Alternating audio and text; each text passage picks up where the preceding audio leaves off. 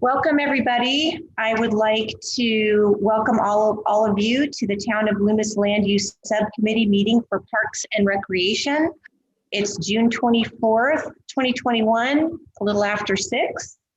And pursuant to executive order, certain provisions of this Open Meeting Act are suspended due to a state of emergency. And all of this is listed on our agenda. And in addition, listed on the agenda is how to participate in the meeting on Zoom. And hopefully this might be, we'll have a hybrid meeting next time, which we'll talk about later on. So let's call our meeting to order and let's do the Pledge of Allegiance.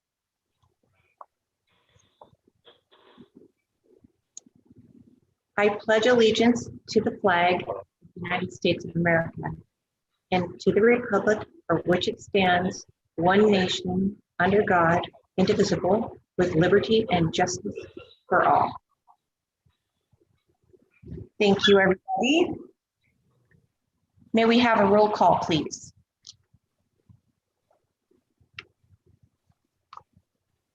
Okay, let's see. Chairperson Jan Clark-Kretz. Here. Bonnie London. Here. No Matt Fox. Russ Kelly. Here. Eden Lee. Here. No Joanne Bridges. Catherine Sears. He's here. Jesse Lunsford. Yes, ma'am. Rebecca Goling. Here. Okay, that's it. Excellent. Are there any comments from the committee for items not on the agenda? And do we have any public members attending, Mary Beth? You're muted. Jean Wilson is attending. Excellent. Okay, Joanne just showed up. So Joanne is here, and we have one public member attending, Jean Wilson. Excellent. So again, any comment for items not on the agenda from the committee or public members?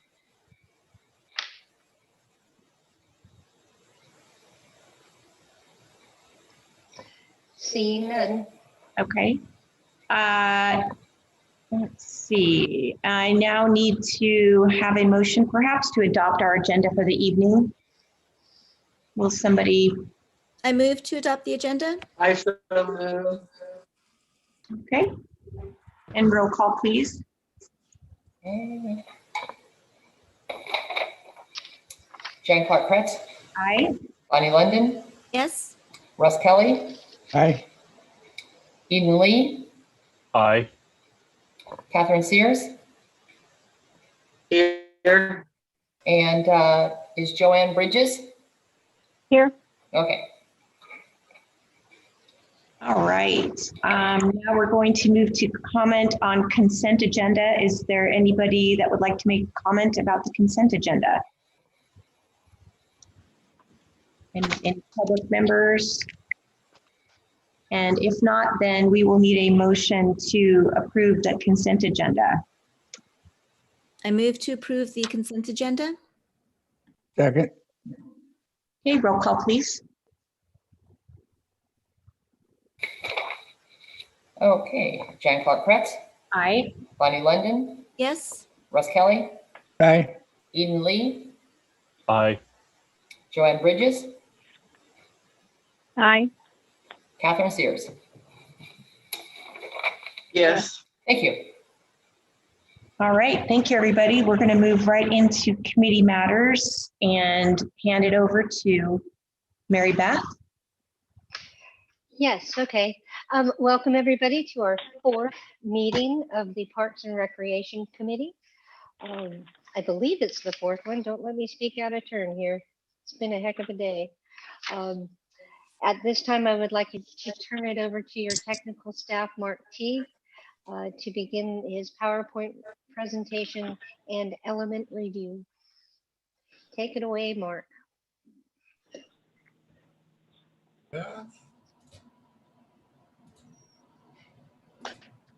This is really brief this evening because the important part is to get on to the elements. Everybody go. So here we go. All right, you don't know who we are. We actually have had new comments, so I'm going to depart here a little bit, and we can come back to them a little later. We had comments from who's this? Miguel, who couldn't be here this evening. Can you all see that? I can blow it up. How's that? Is that a little better? A little bit. If you could, my eyes, you could blow it up more, please.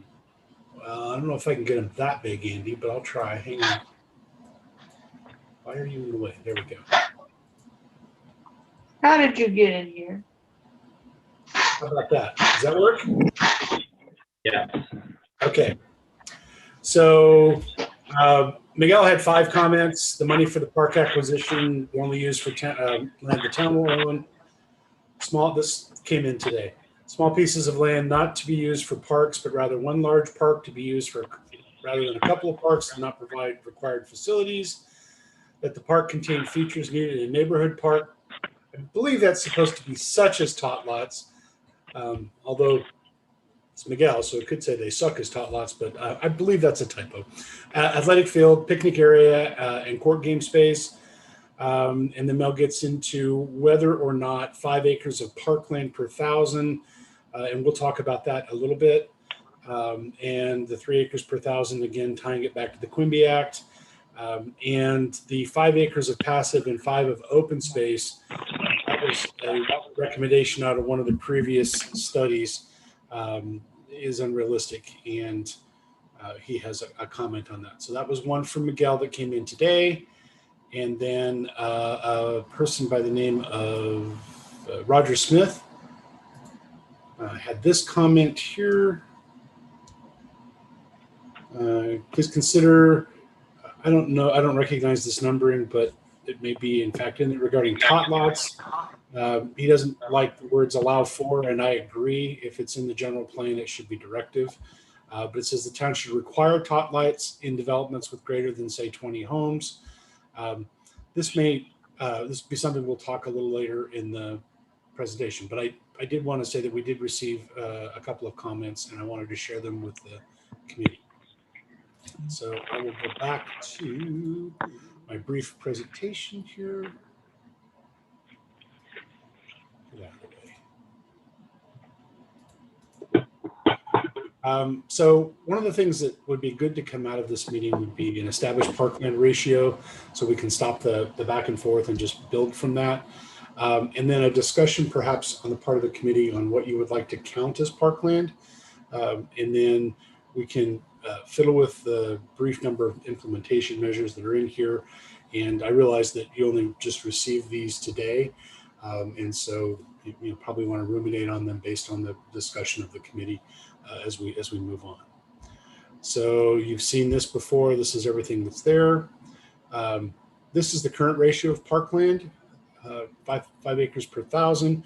We, of course, are nowhere near that if we count parkland that the town owns. We've had that discussion many times. Again, this is an aspirational goal.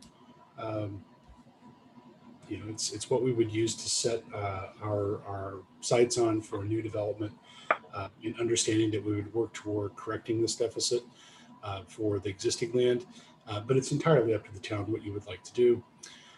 There are other ways of counting land that's within the town, and the town has a long and proud and wonderful history of joint use with the school districts and use of regional parks.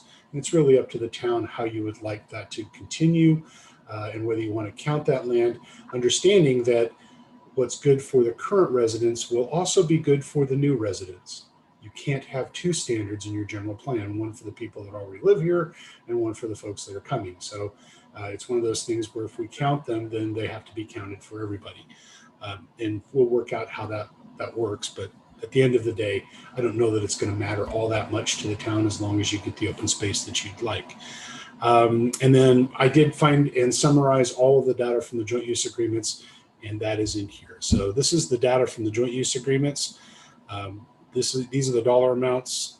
The town gave me all these. I think these came directly from Sean. I actually have copies of the agreements that I can share with the community if you'd like. They're all public record. There's nothing secret squirrel about any of them. And They all basically have automatic renewal, and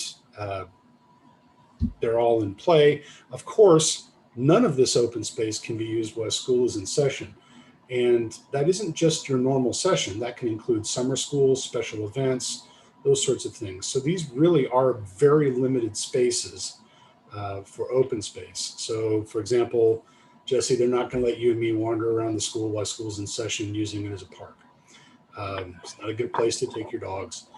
And I understand that, and it has a different purpose. But at the end of the day, this may be open space and park, but it's not open space and park accessible for everybody all the time.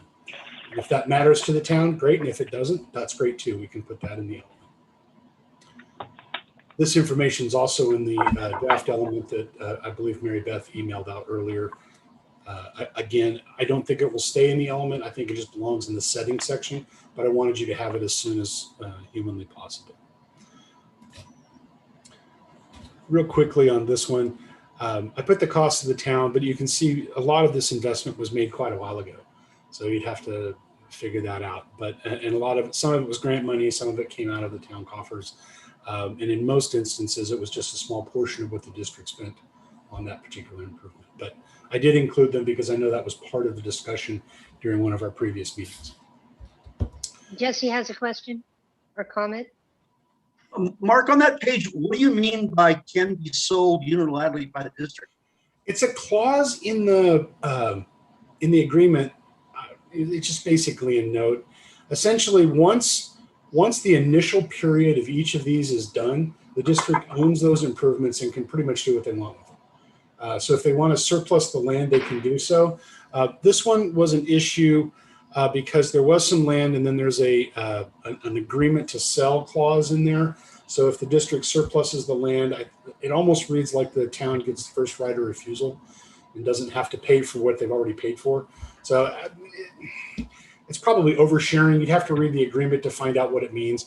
All of them are kind of like that. I mean, this is another governmental entity, and we're joint use. So we're doing it at their forbearance. So after the initial term, and that's why all of the terms were important, after the initial term, then it's essentially up to that district. They can do what they want with it. And unfortunately for the town, they want to continue to have them as schools and move forward. I don't see that being an issue. I included it there because it was a clause that popped out when I read the agreement. Thank you. I understood at one time they had a Frisbee golf course on additional land that was next to it. So I guess in the future, if they choose to sell off that land, the courts goes with it also. Yeah, the laws have changed quite a bit since most of these agreements have come to play. And I don't really want to sideline this here, but you do need to know that there are state laws now governing how governmental entities can sell surplus land. You can't just, in the olden days, you could just do what you want with it. Now it has to go through a whole litany, including affordable housing advocates. There's lots of requirements for surplusing land. And we're working with schools throughout the state on, in some districts, many districts are declining enrollment. Over the next 10 to 15 years, there's an expectation of almost 500,000 fewer students in California. And that's affecting how some school districts are planning. I don't think that's an issue here in Loomis, but there are lots of laws now that are governing that. So again, probably oversharing for our needs, but I wanted to be complete in the information. Thank you. I appreciate it. Madam Chair. Thank you. Mark, thank you so much for the joint use agreement information. I know we were talking about it at our last meeting. I just had a question because I was reading through the most recent version of the changes, and I noticed that we actually have 3 joint use agreements, but that version only says that we have 2. Is that going to be updated at some point, or? That's probably a typo. I didn't complete reading all the agreements before I completed the text. We'll just change it. Okay, cool, thanks. And again, I'm not sure that it really matters for the general plan. That's a really high level document. What matters is you have these agreements, you have a long history of supporting the district, and they have of you. And so really there's just a policy to continue that. The number of agreements is immaterial for the general plan. And we would hate for somebody to say, well, it says 3 agreements or 3 schools or whatever, we're going to have a 4th. Now you have to do a general plan amendment. That would be silly. So we could just have a standard policy, if you would like to continue that, that says we're going to have agreements, and they can be as many as you need. Okay, and then we do have a deficit, and so one of the things we should talk about as a committee is where new parkland might arrive, how we would count some of that. We had a pretty nice discussion about how we might do that last time. And some of the things, the new ideas that are being kicked around, and Andy and I have talked at length about this a little bit, include things like including open space in non-residential areas, offices and industrial parks, adding trails and connectivity to those, because in this day and age, a trail isn't just for folks like me to wander around on. Many people use them to go to the store, to go to work, to go to school. So that makes them part of the transportation system. And it seems a little disjointed to only charge houses for those trails, when in fact, they may also be used by employees and people that frequent those businesses. So there may be some overlap there that would be beneficial to the town. Might be another source for us to be able to do those things. Again, it's something for the town to consider, but I would suggest perhaps that we stop thinking about trails as just a place to get our heart rate up, although that's an important piece, but also think about it as part of your circulation network. One of the persistent comments on the circulation piece is all the traffic in town and all the cars. Well, many of them are local. And if you have another way of getting from point A to point B, and it's a comfortable and easy way to do, maybe that's something that could be part of the overall strategy. Again, that's up to the town to figure out. There's been a lot of discussion about a piece of land that the town owns called Heritage Park, which has the world's most unfortunate name. And the discussion seems to be either or, at least on the comments that I've seen on the forum and other things. And I might suggest to you that I think there's room on that site for both. Perhaps some open space near the downtown and also some housing. But again, that's up to the town to decide. We also talked about possibly putting some open space near your downtown to augment what you already have there. One of the things that was bandied about a little bit was if that existing business professional site on the other side of the railroad was to be converted to housing or to some combination of housing and employment, maybe providing some sort of combination where it could be connected to the town with a pedestrian trail. I don't know what that looks like, but if that's something the town's interested in, we can certainly go there. Extending a lineal feature along the tracks. We've already got something started there. Does it want to go further? Again, it's up to ideas. And then, of course, we have the stuff on the other side of 80, which, might be of value to the town. Again, thinking about it as a transportation as well as an amenity. Excuse me, Mark. Jean has a Yes. comment. Sure. Jean, you may unmute. For this purpose, can you tell me what is the definition of a trail? Does it include sidewalks? For instance, if there are already existing sidewalks between, say, Swetzer or other business kind of industrial or employment centers, do they need it? Does a sidewalk count for that? Or are we talking about strictly like unpaved sort of in the natural area trails? What was the definition for trails for this? I would suggest that it's both, Jean, and it depends on where it is. If it's in the downtown, then it's paved and on a street, but they should connect to your more traditional trails that might be in the more rural areas of the community. I don't have a solid definition because I like trails that are unpaved, but then again, I am healthy and hale and can wander around, and if I fall over, it's my own fault. But many folks that want to get out and about need to have trails that are agreeably flat and able to handle everything from canes to walkers to even wheelchairs. So what they get made out of and how they function is really up to where they are in the community. We didn't really get into a definition, Gene, of what specific, like we did with open space and parks, that we can talk about. Certainly something we can add. I would suggest to you that if we're going to count sidewalks for that thing, then we should also look at the amenities on that sidewalk. Some of the sidewalks we have in town aren't all that pleasant to walk along. And that's because of the traffic that's there, and they might be a little disjointed. But certainly, in my own definition, in my professional definition, it's both.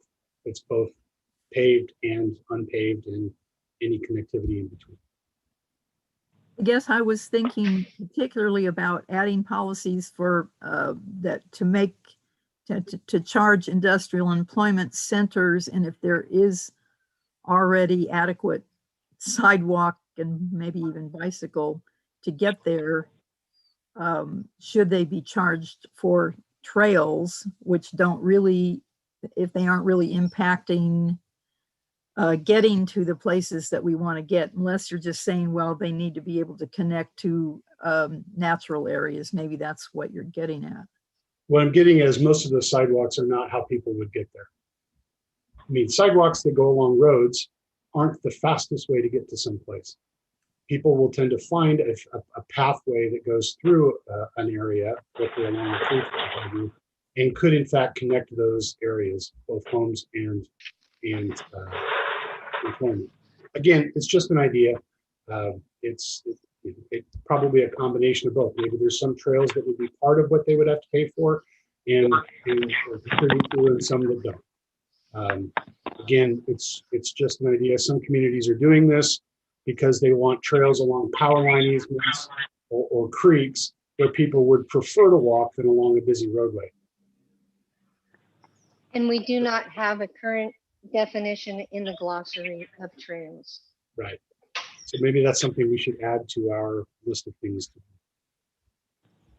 do. Will do. Thank you, Christy.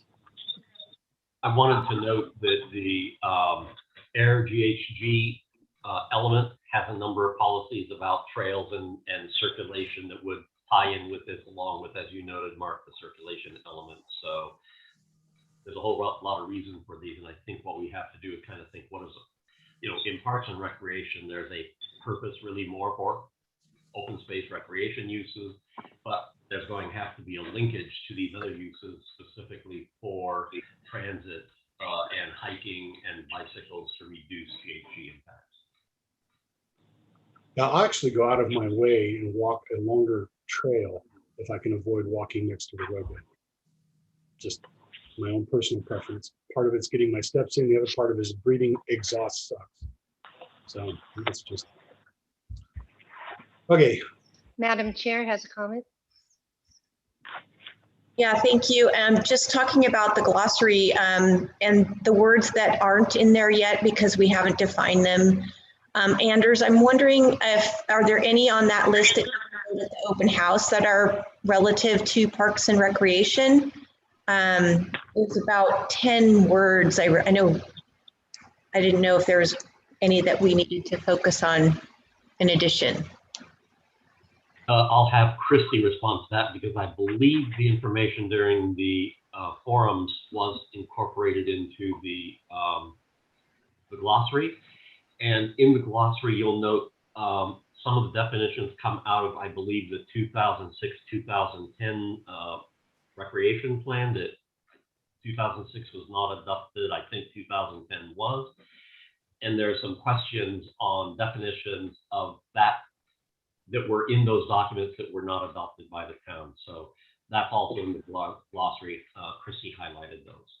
Okay, because I noticed that this is not with our for tonight, but I noticed like ADUs wasn't in, also rural wasn't in there. And so that's what made me think, that none of those 10 words that you had up were in there. That's the only reason I bring it up. All right. Some of those didn't make it into the glossary because we were still meeting and developing those. So I didn't want to put something in there that hadn't been fully discussed by the committees yet. Okay, so there's none on that list that this committee needs to weigh in on. Is my question. I don't think anything on that list deals that this committee has to weigh in on, but definitely the land use committee does. Okay, thank you. All right, so I believe this document went out to the committee earlier today. And as with all the edits, the additional text is an underline in bold and italic. And basically it's a little bit of a mess because it's cutting and pasting from the current element plus the 2006 document and the 2010 document. And where I just sort of Franken documented them together and tried to start to segue. It definitely needs a lot of work. But anyway, it's there and it's something for the committee to chew upon. We have categories of park here that we've talked about previously. So community parks. Now, we say community parks. This is not what would be traditionally called a community park. A community park is usually something in the 10 to 25 acre range. We would call that a regional park locally, I guess. A community park is typically, that we have in our town, are usually called neighborhood parks, 3 to 5 acres in size. But doesn't matter, it's our town, we can do what we want with it. So if we're okay with calling them community parks, that's what they'll stay. There's really no law.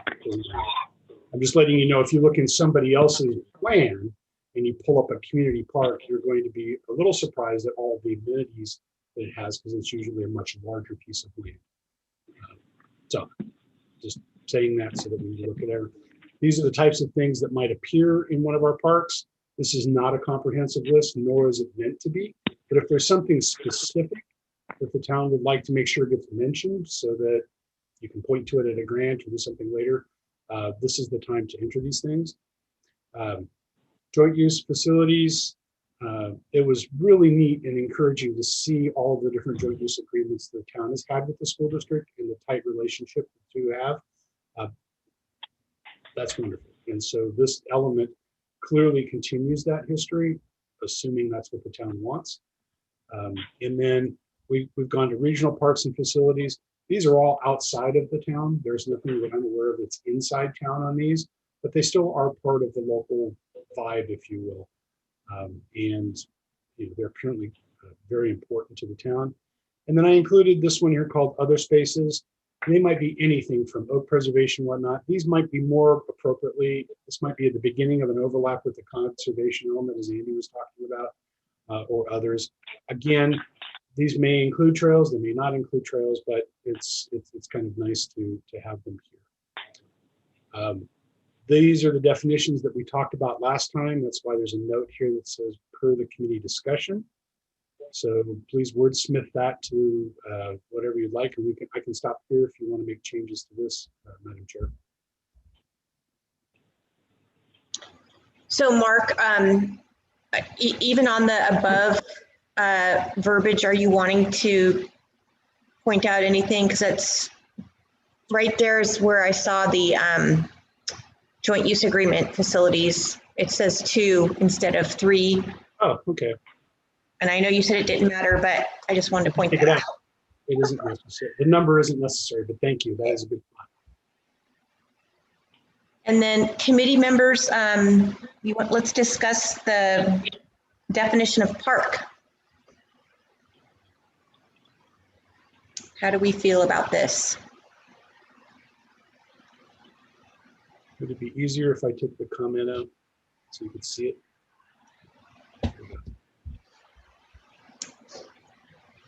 And I'll read it for the benefit of those that might be following along. Within this element, the following definitions are important. Park. A park is an area of active or passive open space. I guess I shouldn't use that word. How about we use active or passive land that usually contains improvements such as ball fields, skateboard parks, playground equipment, amphitheater, soccer fields, and other amenities intended for organized play. A park may also contain structures such as restrooms, parking, picnic facilities, gazebos, and other similar facilities.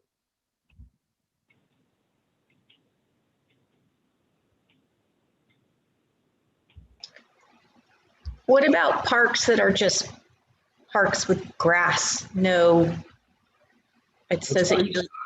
That would be passive. Okay. And we can discuss the difference between active and passive. Would you like that in here as well? Sure. What is the community think?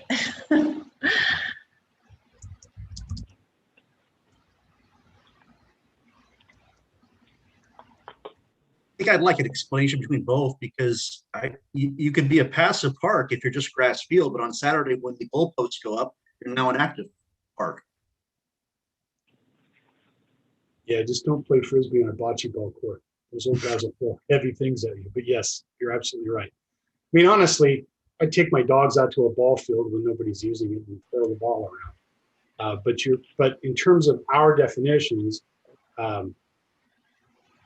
it doesn't hurt to have them in there so people at least know what the terms mean. Jean, go ahead.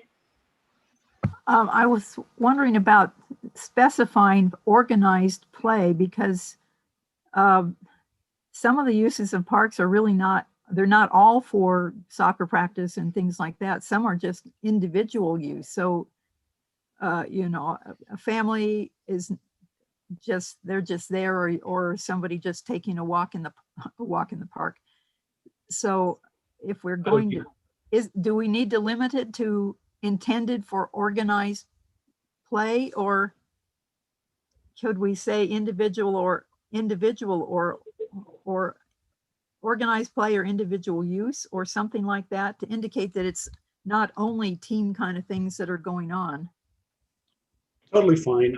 I thought it was captured in passive, but that's fine. It can be added there too, Jean. I just did. Hey, Jean, this is Bonnie. I was also thinking maybe just simplifying it to recreation. And I was thinking of, again, the passive park, such as the library, where we, you know, we'll just kind of sit and talk and hang out.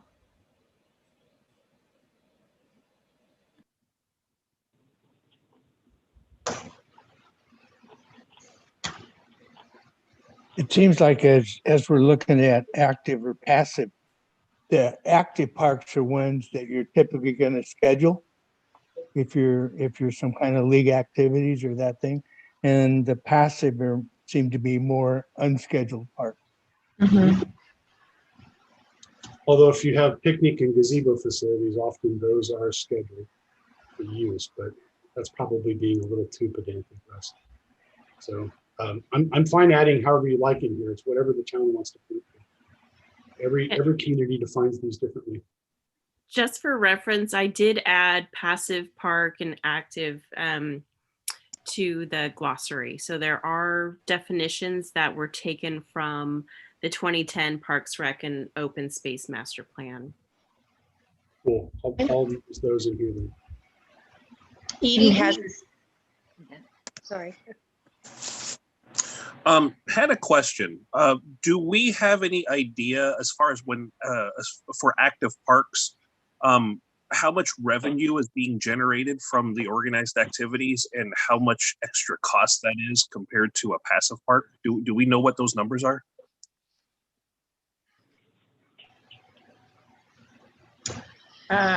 We would need to rely on our experts because Loomis doesn't have that really. So it's too bad that Matt's not here, just because he's the president of the Loomis Youth Soccer League, and he's the one who's in charge of renting the facilities from the school districts. I think because we are using them from the schools, we are paying them. So they're the ones who generate the revenue. I don't think the town generates any revenue at all. No. Skateboard park is free to use, right, Bonnie? Mm-hmm. So You don't collect fees for Sunrise Loomis Park or baseball or soccer? I don't know the answer to that. I can find out. I made a note to do that even. I don't either. Roger did a presentation on cost of parks and things like that, but Sunrise Loomis wasn't included. Well, maybe his maintenance costs for all town parks were included, but it wasn't broken out.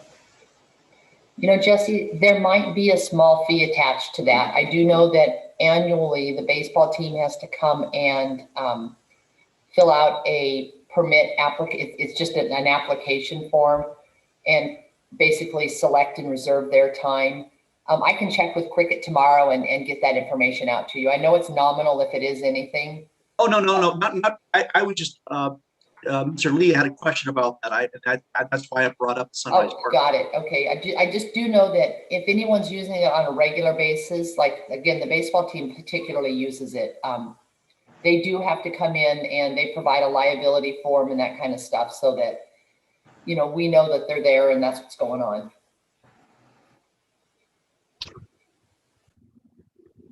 And I do believe that the King Road Park, the county park, runs about 80,000 a year plus. And I don't believe they generate that much revenue from the soccer clubs, the baseball, that sort of thing. Although I do know that they do pay. How big is that park, Russ? Like those parks on either side? I think the total is about 60 acres. Very big. Yeah, I mean, mostly on the south side where the dump was, and there's still area to, once the dump is cleared, once the methane gas stops coming out of the ground, then we can actually have more park over there. But again, it'd be county park. That kind of gives us a bit of an idea. Well, I mean, if you look at an idea, you can also point to Del Oro. Del Oro just redid their football fields. And the claim was the use fees of those fields paid for the new, not sod, what do you call it? Artificial turf. Mm-hmm.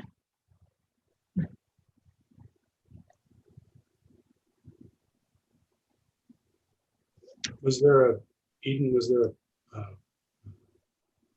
Well, because I'm just trying to figure out, I mean, the difference in the expenses between a passive park and an active park. But if there's an active park and we're collecting revenue, then the added expenses of an active park might be offset, but it doesn't sound like that's the case. So from a budgeting standpoint, it seems like it's probably to the town's benefit if we look towards more passive parks that have the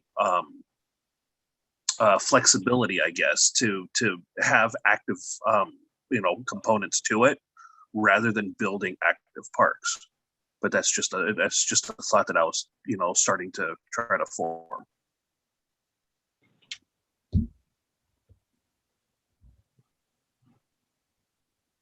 any other edits to these two terms?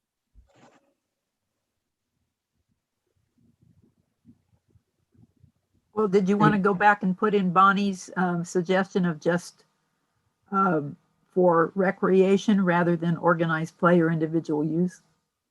Simplify it. Otherwise, this is okay the way it is, but that would simplify it.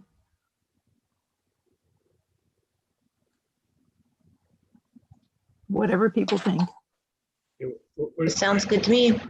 Yeah, the only reason I like the word organized because it does specifically refer to leagues, but I can do recreation.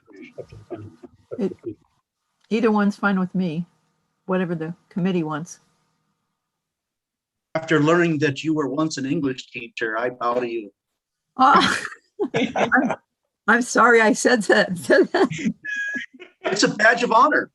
It is. You should be proud. I agree. My favorite teachers in school were English teachers. Should we say intended for organized play or individual recreation use? Would that make sense? I think that makes sense because if you, especially at the King Road Park, if you want to reserve part of those for your personal use or family use, you have to go ahead and reserve that. And that's sometimes is pretty active over there for birthday parties and barbecues and that sort of thing.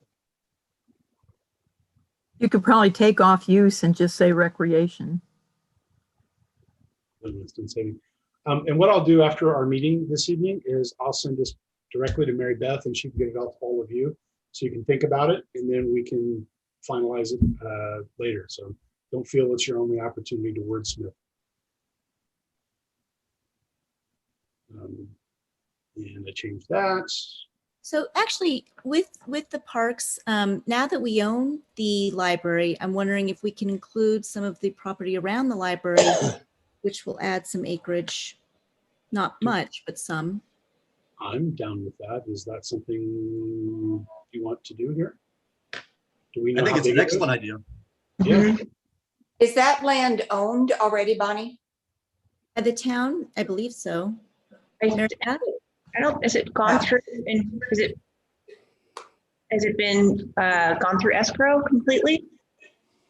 We have not, that part, I don't think so, because we need to do a boundary line adjustment between the county and us, and I know that I haven't seen any paperwork on that yet.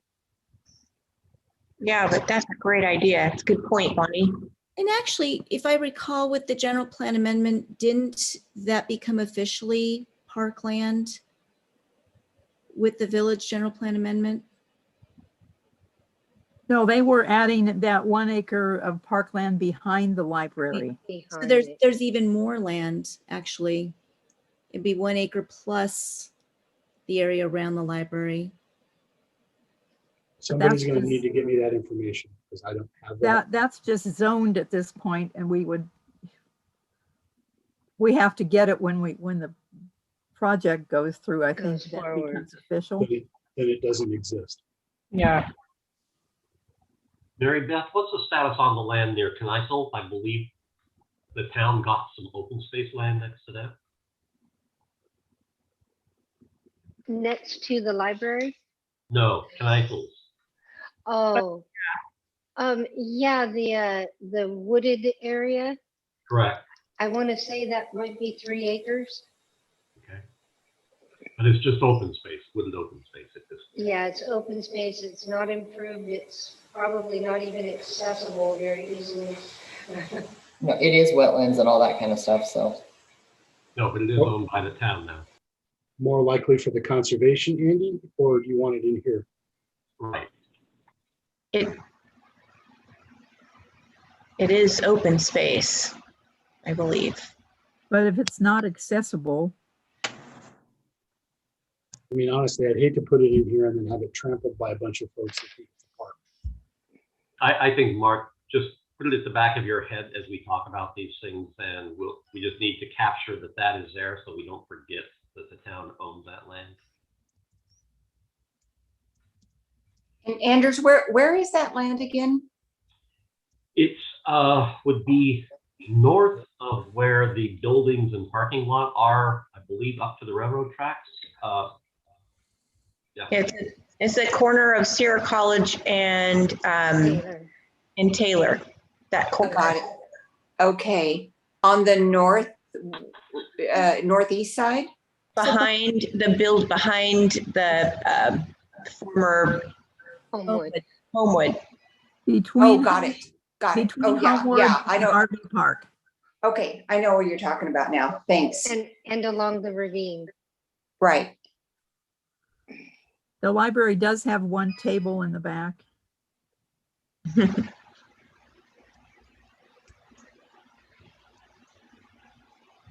Can we go ahead and add the Taylor mixed use park now, or does that have to wait till the division is done? Add what, Jesse? The Taylor mixed use park, can we add that, or does that have to wait until the subdivision is done? Oh. What's the story on that, Mark? The projects have to be complete? Well, typically, if it's a town-owned park. Oh, it's not town, is it town-owned? It's not, it's part of the Taylor project. It's not town-owned. Privately owned. So what we did in this element was we took that large table that made it seem like the town had hundreds of acres of open space, and we divided it into what the town actually owns versus what we have access to. And so if it's privately owned and operated open space, is it open to everybody in the town? Can anybody go and use it, or is it still private? It's open to the public. Okay. Well, is it? It's all gated now because it's under construction, isn't it? Say what? Rather than sidetrack this meeting, let me put a note here to get with Mary Beth. Yeah, thank you.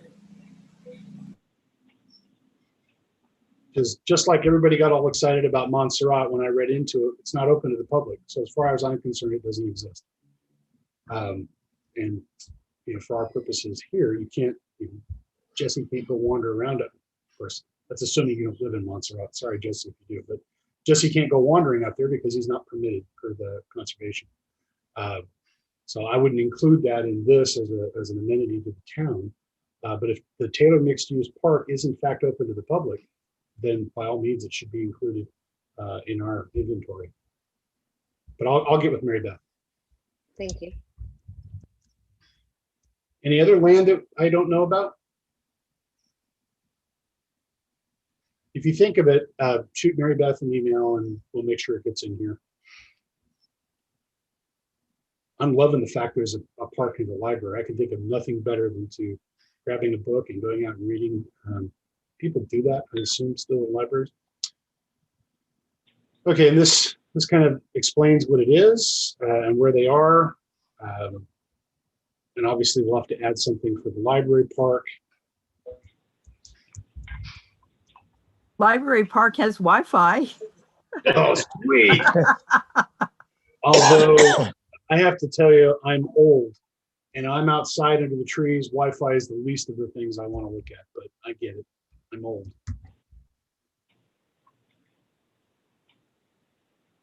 And if that's important, Blue Anchor Park also has Wi-Fi tied to the depot. Do you want me to put that in there? I mean, I don't mind. I was just making it funny. I mean, it may be important to somebody, but there may be a time when the town can't provide Wi-Fi or doesn't want to or whatever. I don't know. I don't think it's germane. Yeah, I don't. To me, you're not recreating if you're looking at your computer.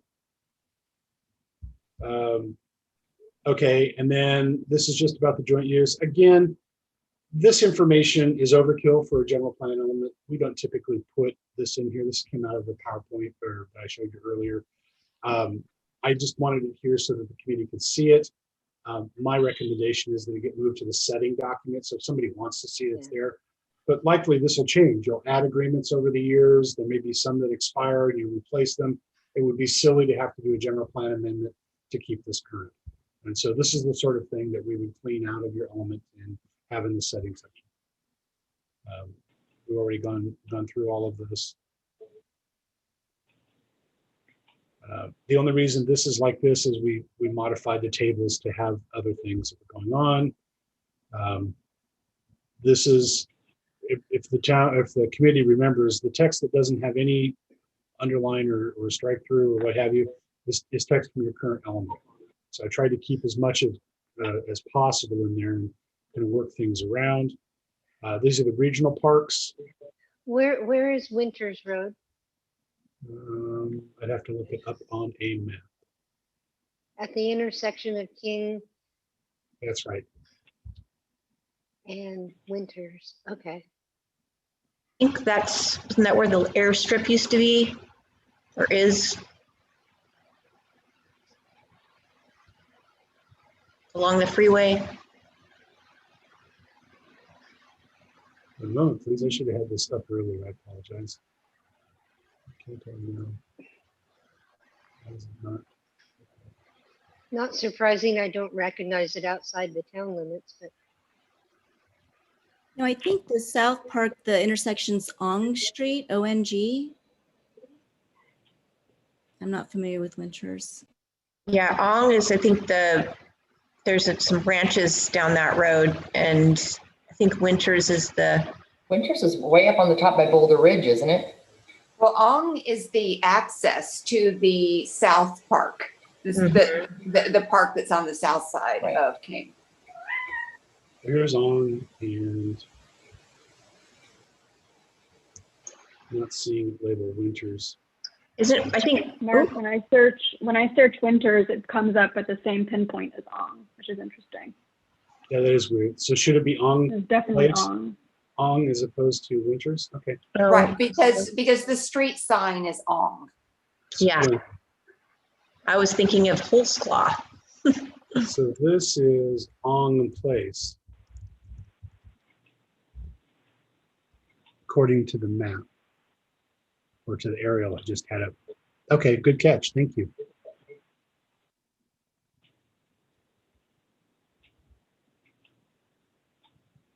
All right, so these are all things that are here. This is our current open space map, and I had asked that the previous one that I showed you be modified so that it clearly shows open space owned by the town, which is solid green, and open space owned that we access through joint use agreements, which would be blue. And I'll change or have the legend changed to talk about joint use. And then the regional parks, which are here. I also asked that trails be added. And so we have on-street concrete sidewalk. We have off-street multi-use trails. This gets to Jean's question earlier. So both of them would show up on a trails map here. And then we have multi-use paths and existing class 2 bike lanes. Again, we stole this out of the circulation lane. One of the things that's spoken of in both of the 20 or 06 and the 10 plan are equestrian trails, yet I can find nothing about that. So I'm hoping that we can, I mean, if they're there, they need to be on the map. I need to know more about them, but I can find nothing documented on where they might be. So I'm hoping the committee could help. Yeah, Rutherford Canyon has an equestrian trail from one end to the other. It's right here. Yep. Is that the only one, Bonnie, that you know of? That's the only one I know of. Bonnie, that's a multi-use trail, correct? It in the conditions of agreement, I believe that it says that it's for equestrian use, but I can tell you, I mean, I live in that area. I've never seen a horse use it. It is multi-use with people walking and biking. Okay, thank you. That's how it's labeled here as multi-use. Perhaps we need to add a definition that multi-use trail includes equestrian? Or does that, some places get really wrapped around the axle on this particular issue. Is this, are horses a big deal here or not? And so I think what's happened is it used to be a huge horse area, and over time things have changed. And so, you know, 10 or 20 years ago or 10 years ago when Montserrat came in, it meant a lot that there was an equestrian trail there. When I was young, we took our horses everywhere. And so I feel like that feeling, that notion has carried along. And then sadly, you know, we don't really have that many people tramping about on their horses anymore out on the streets. Well, and then there's so much equestrian in the county area, you know, it's around Lake Folsom area too. So there's plenty here, just not so much in the town. Right. And it's way too dangerous to ride your horses anyway out here. I think we still have the horses here. Maybe not as many, but we still have horses here, but it's just not that safe to ride. I have seen in the past riders in Montserrat, and I talked to a lady and said, I hadn't seen you for quite a while. And she said, well, getting over here is difficult anymore. It's just not safe to bring the horses out on the roads to get around anymore. So I think we still have horses, but they have to go someplace else to be able to ride them now. And that's the beauty of the trailer ranch. When I had my horse, I would trailer her out to, you know, that which is in Loomis, and there'd be a lot of other people out there with their horses. We looked at the, go ahead, John. I'm sorry. we looked at the county plan, the county trail plan for horses. Yep. And it basically stops well short of Loomis.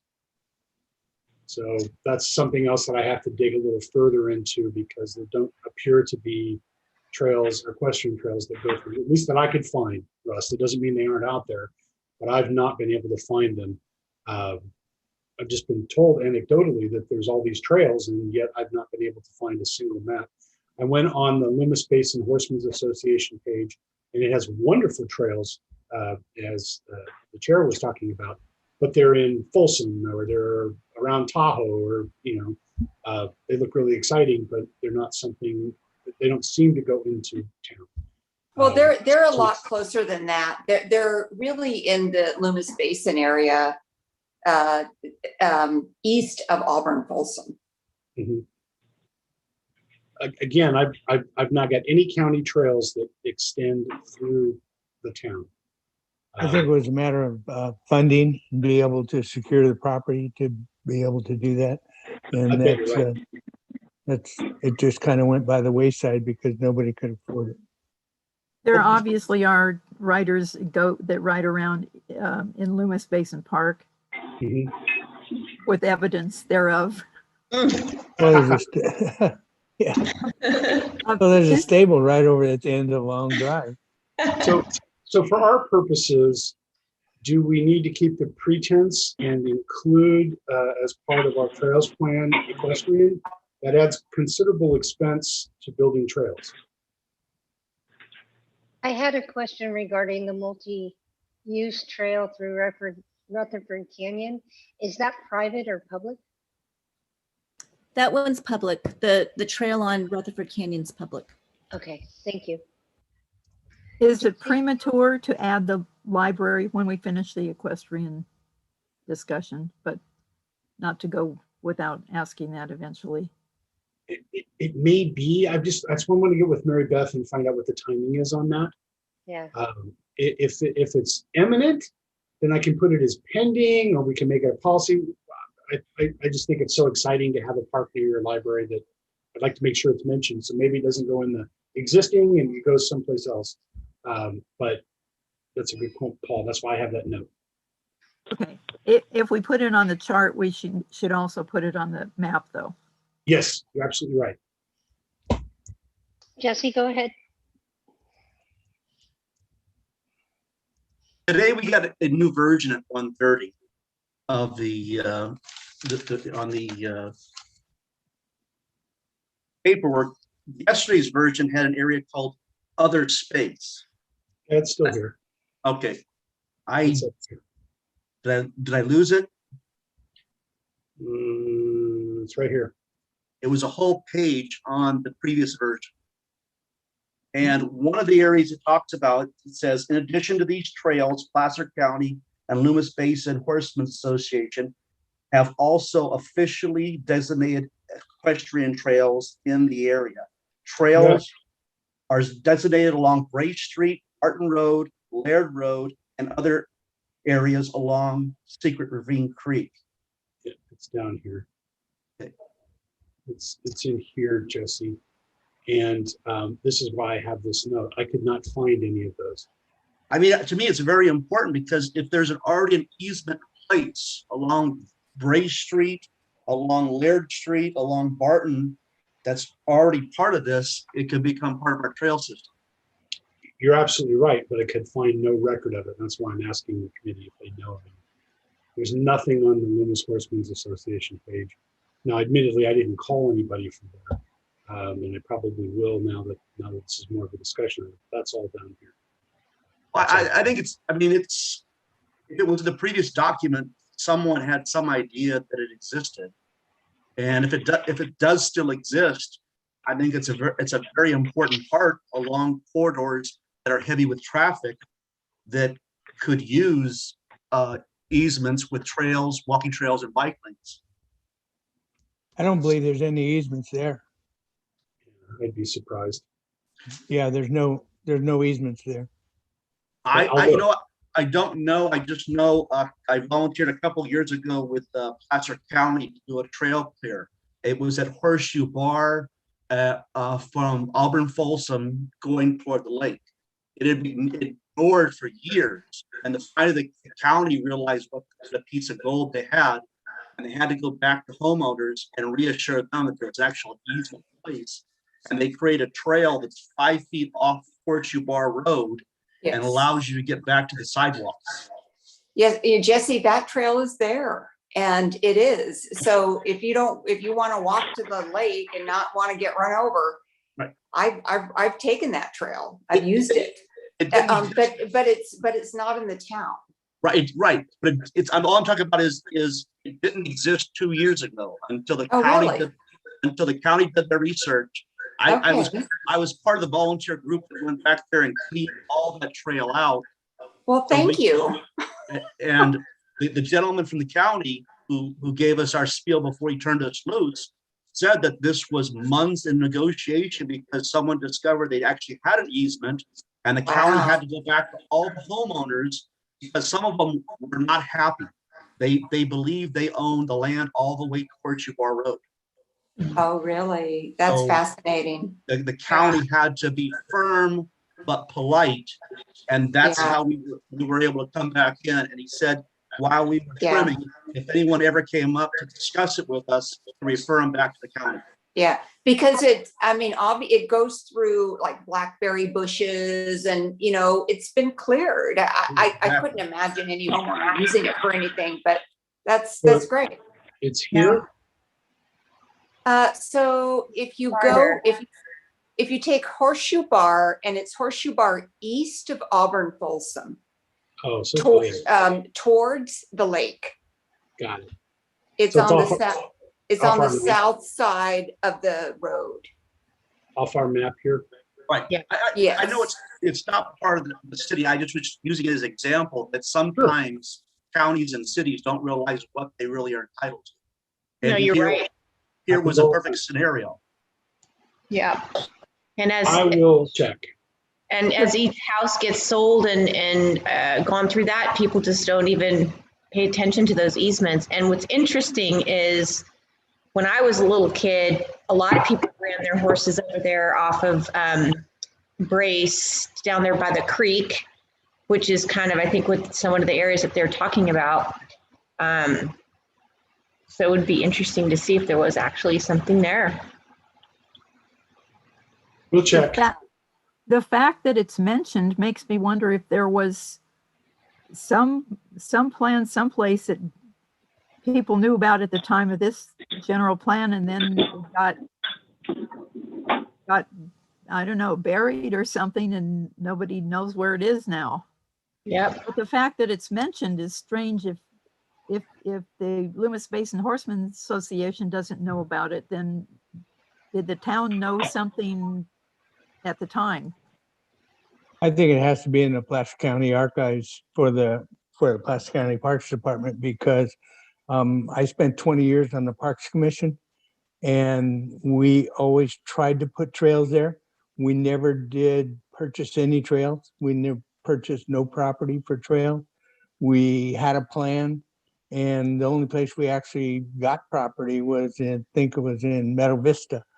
Some of the folks donated the frontage of their property to be able to have a trail up there. And as far as I know, that's the only trail that ever got approved. There is one that down by Sterling Point. There's one through, I forget the development over there, but there's a parking area and you can go off Auburn Folsom. There's a lot more access along Auburn Folsom than there is anywhere else around here. There's also some down by coming out of Roseville at the other end of Barton by the water plant. There's access down there to get the trail that comes out of Roseville. But that's the only ones I know about. If there are roadway and utility easements along different roads, I assume roadway easement can be used for bike trail, horse trail, pedestrian trail, anything that would fit with roadway easement, correct? Absolutely.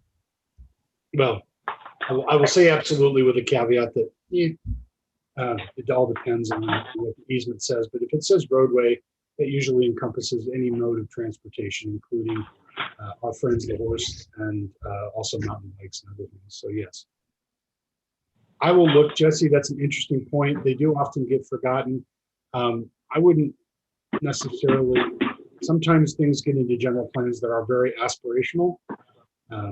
And maybe folks were hoping they get a trail there, but generally you don't put that stuff in here unless you've talked to some property owners, because they tend to take a dim view of people using their land. So I appreciate it. They just use the word officially, and that just to me sent up red flags that, okay, is there something there that we could use as an easement along those roads? Because again, as Russ has pointed out, he can get killed coming in from Barton Road to downtown Loomis, and we'd not like to see that happen.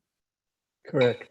Where is, Mark, where is that in, where does it specify that usually? And then it also mentions some street names. Where is that in here? It's, well, this is part of the text. And then later on, to say officially.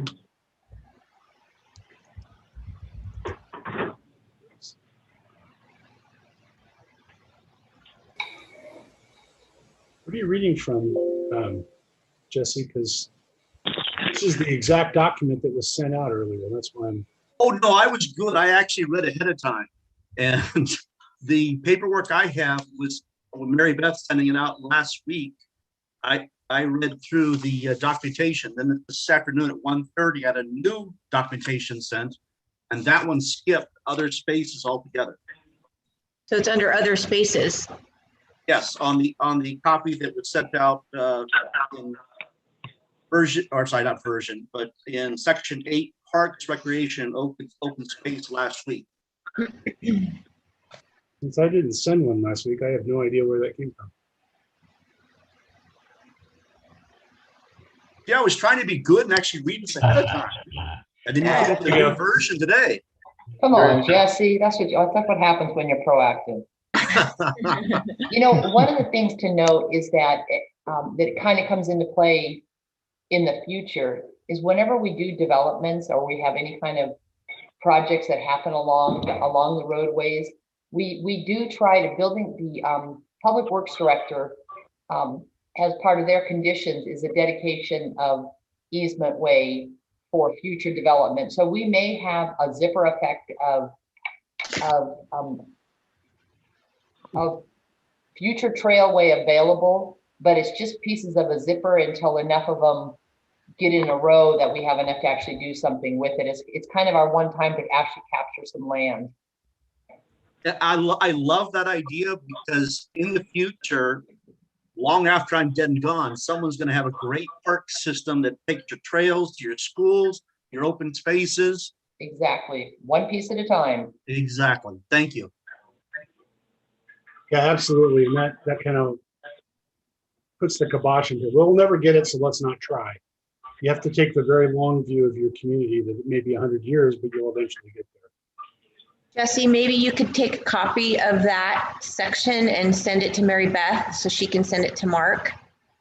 So we can get the verbiage there and the names of those streets.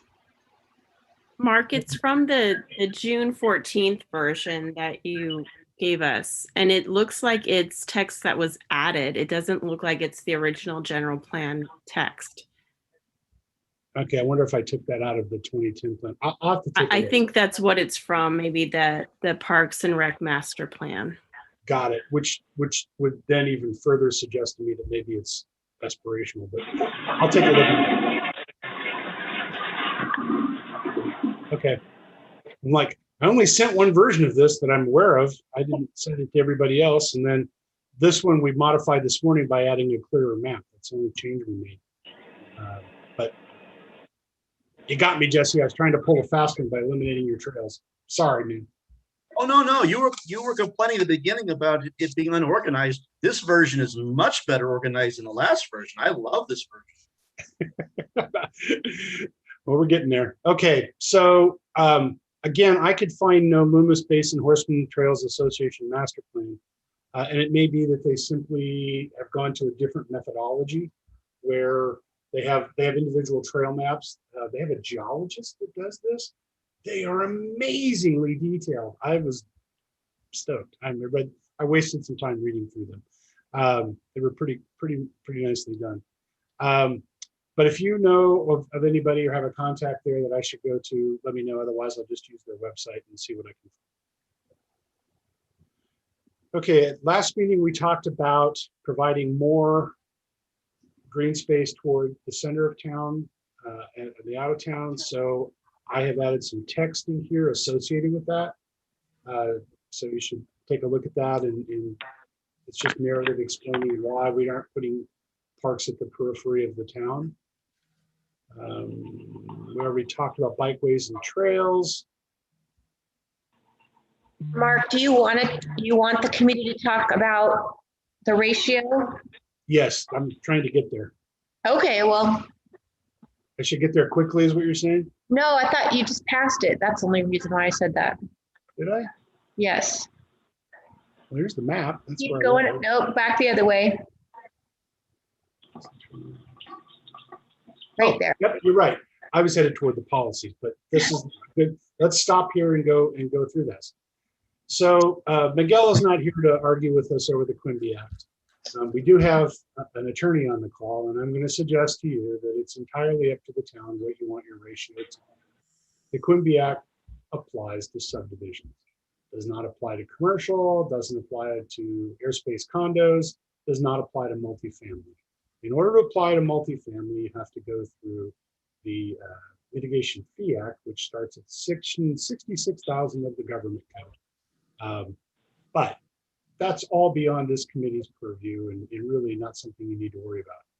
What we do need to talk about is, do we want to use 5 acres, 3 acres, 2 acres? What is the ratio that this town would like to see new development aspire to? And if there are grants available, or we have the opportunity to add more parkland, maybe as a town we do that as well. So this is where we should stop and talk about it. And if I understand correctly, the previous general plan had 5 acres of park and 5 acres of open space per 1,000 residents. Is that correct? No. No, that was 5 acres of park, where the 5 acres of the regional open space is the 2010 plan that never got adopted. okay. Is that right, Andy? Good, thank you. Okay. But haven't we been charging both fees? What was that, Jean? Haven't we been charging separate development fees? One fee for parks and a different fee for open space? Carol, can you answer that, or Mary Beth?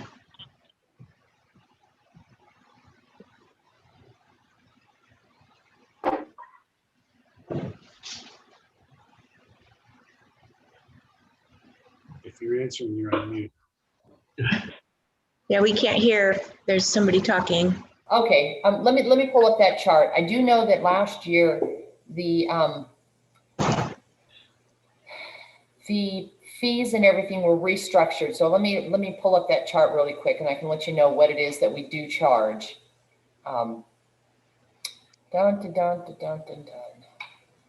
Also, I got a reply on the library purchase, transfer, exchange, whatever, from the county.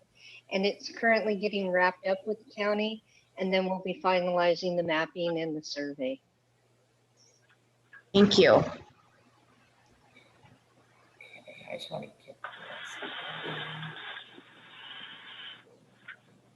Well, I think my reservation of decreasing the amount is that we do have some residential development opportunities still on the horizon. And given our deficit, I would hate to decrease that amount that they would be obligated to provide.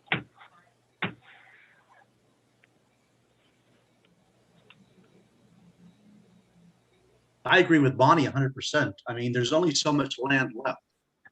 By decreasing it, when we haven't even met our standards to begin with, me doesn't sound quite right. Yeah, I'm gonna go ahead and just go ahead. I'm sorry, Jesse, I didn't mean to interrupt you. Oh, no problem. I would just like to see it stay at 5 acres.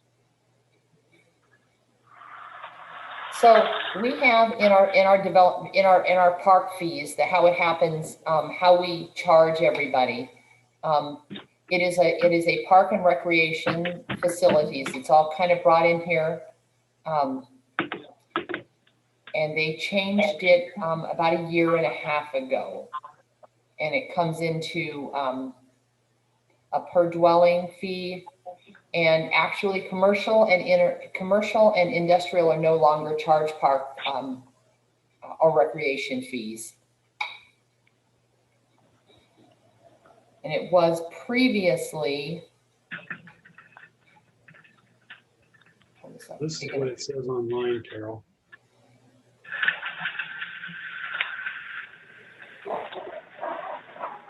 So this must be out of date. It is that some of that is definitely out of date.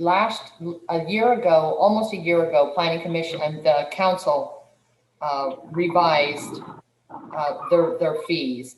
And it used to be called, we used to have 3 separate park fees, and it was called park acquisition, passive park and open space, and park facility improvements. The council went through a fee thing after they did a study, and they altered it. The fees are approximately the same amount, but it goes into one development fee that is called park recreation facilities. And it's specifically charged to residential structures, not commercial or industrial. I can send this most updated one over to you, Mark, so that you have a copy of that. That'd be good, because obviously the one online is out of date. Right, and again, we just kind of, it was approved it was approved during COVID. And to be honest with you, there wasn't enough people in the office that once it was approved by the council, it did not get enacted for probably for several months. And then all of a sudden it was like, we were all back in the office, and it's like, oh, okay, this all needs to be taken care of. So I will get this newest development fee sheet over to you, and I can actually just send a copy of it to the committee as well, so you can kind of see what it is, what our development fee is, how they run overall anyway. Sure, thank you. So all the money that was collected for the passive park open space basically got dumped in with the It's probably, but you know, Gene, I would confirm with Roger on that. Just shoot him an email and ask him to explain how those categories are set as far as he has them in the budget. Okay. And how it was in the past and how that was affected by the change.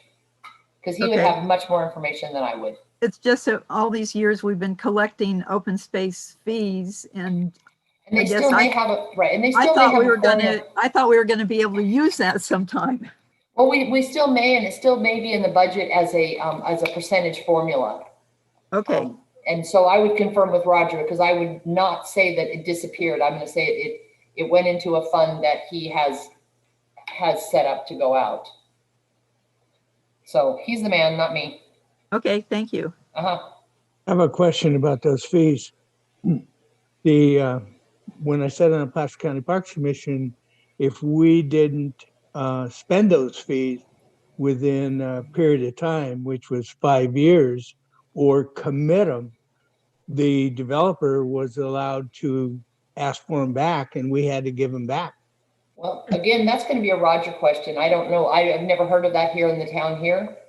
But we don't have near the park fund or use that the county would have. They've got such a multitude of parks and opportunities and not only gain fees, but also to spend fees. Yeah, Russ, that's not only the rule for park fees, that's the rule for all fees in the Litigation Fee Act. So, can I have a little clarity? I thought we were talking about the 5 acres of park space. Developer fees are a whole different, separate thing, right? Yep. Okay. Yep. We went down a rabbit hole, Jesse. You're right. Oh no problem. It's not my expertise at all. I have enough problems keeping track of mitigation fees on top of other fees on top of other fees. Amen. Can we get back to our ratio, folks, and not worry about how we're collecting? Sure. I think we heard from Jesse. We heard from Bonnie how they feel. How about from the rest of the committee members? Can I ask if we were to look at a town that is like Loomis, in other words, it sort of, was once ag rural, but now has become kind of a bedroom community, but it's still quasi-rural. Is 5 acres per 1,000, is it in sync? Is it out of sync? Or I mean, what are we comparing it to? I guess I need to ask.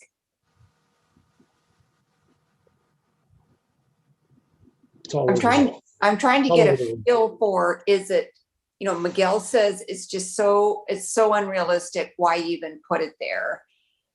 It's very aspirational. Most small towns don't get anywhere near this unless they're fortunate to have somebody donate some land, or make them a heck of a deal on land, or they acquire a school, or money falls from the sky. Usually it's somewhere between 3 and 5 per thousand. Can you repeat? Okay. I could not hear you. Can you repeat what you just said? What is it usually? It's usually somewhere between 3 and 5 per thousand. Unless some communities are fortunate because they'll have somebody who donated some land. I mean, all it would take would be one resident of Loomis to donate one parcel of that has their house on it, make a park out of it, and you might be able to get it.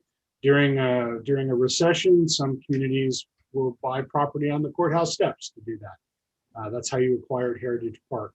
So most communities fall in the 3 to 5 range. Even very wealthy communities tend not to have a lot of parkland, often because they have large parcels to play on themselves. So it really is over the board. I can't give you a rule of thumb. That's just been my experience with the parks.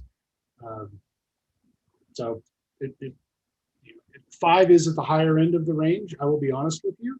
And given that you have about 1 per acre, 1 per thousand now, it's really tough for me to see how you would get to 5 as a community.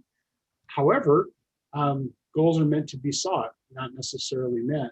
And I don't see anything wrong with leaving it the way it is, but it is at the higher end, if I'm being honest. Thank you. Jesse, you have your hand up. Yes, I don't agree with Miguel. I understand where he's coming from, but Bonnie pointed out before, we're at 7,000 people now. We never made our 35 acres to begin with. So we're deeply in the hole. Now, the population in town may fluctuate around 10,000 people, maybe even higher when we talk about high density housing. So even if we talk another 5,000 people added to town, the best we can hope for is 25 acres, and we're still deep in the hole. So I'd like to keep it at 5 acres. And I think the push now, we talk about micro parks, we're top parks. We've never done that before. My subdivision has 25 houses on it, up the same as Taylor Mixed Use did. You know, they've got basically 1/5 of an acre set up for their park. I would love to have had 1/5 of an acre in my little, subdivision. So I think we can get to the upper areas of acreage and parks if we're more focused on, we'll take the land, not the mitigation fees. Take the land, build the micro park, whatever fits that neighborhood, and the larger tracts of land. If BP down the street on Taylor becomes a subdivision down the road, that's going to be a huge park out there. I'm kind of sad to see that the fees were taken away from industrial parks, because I believe every piece of land in town, whether it's residential or industrial, whatever, it's all tied together. And when you short anyone park fees or whatever fees, it hurts the whole town. So my little thought. Thank you. Thanks, Jesse. Eden? Yeah, thanks.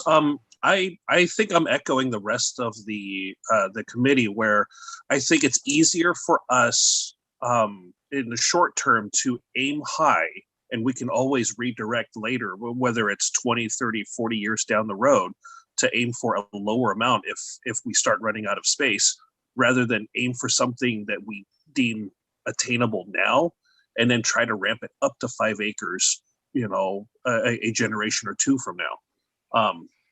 If we don't aim for it now, I don't think we're ever going to get there later on down the road.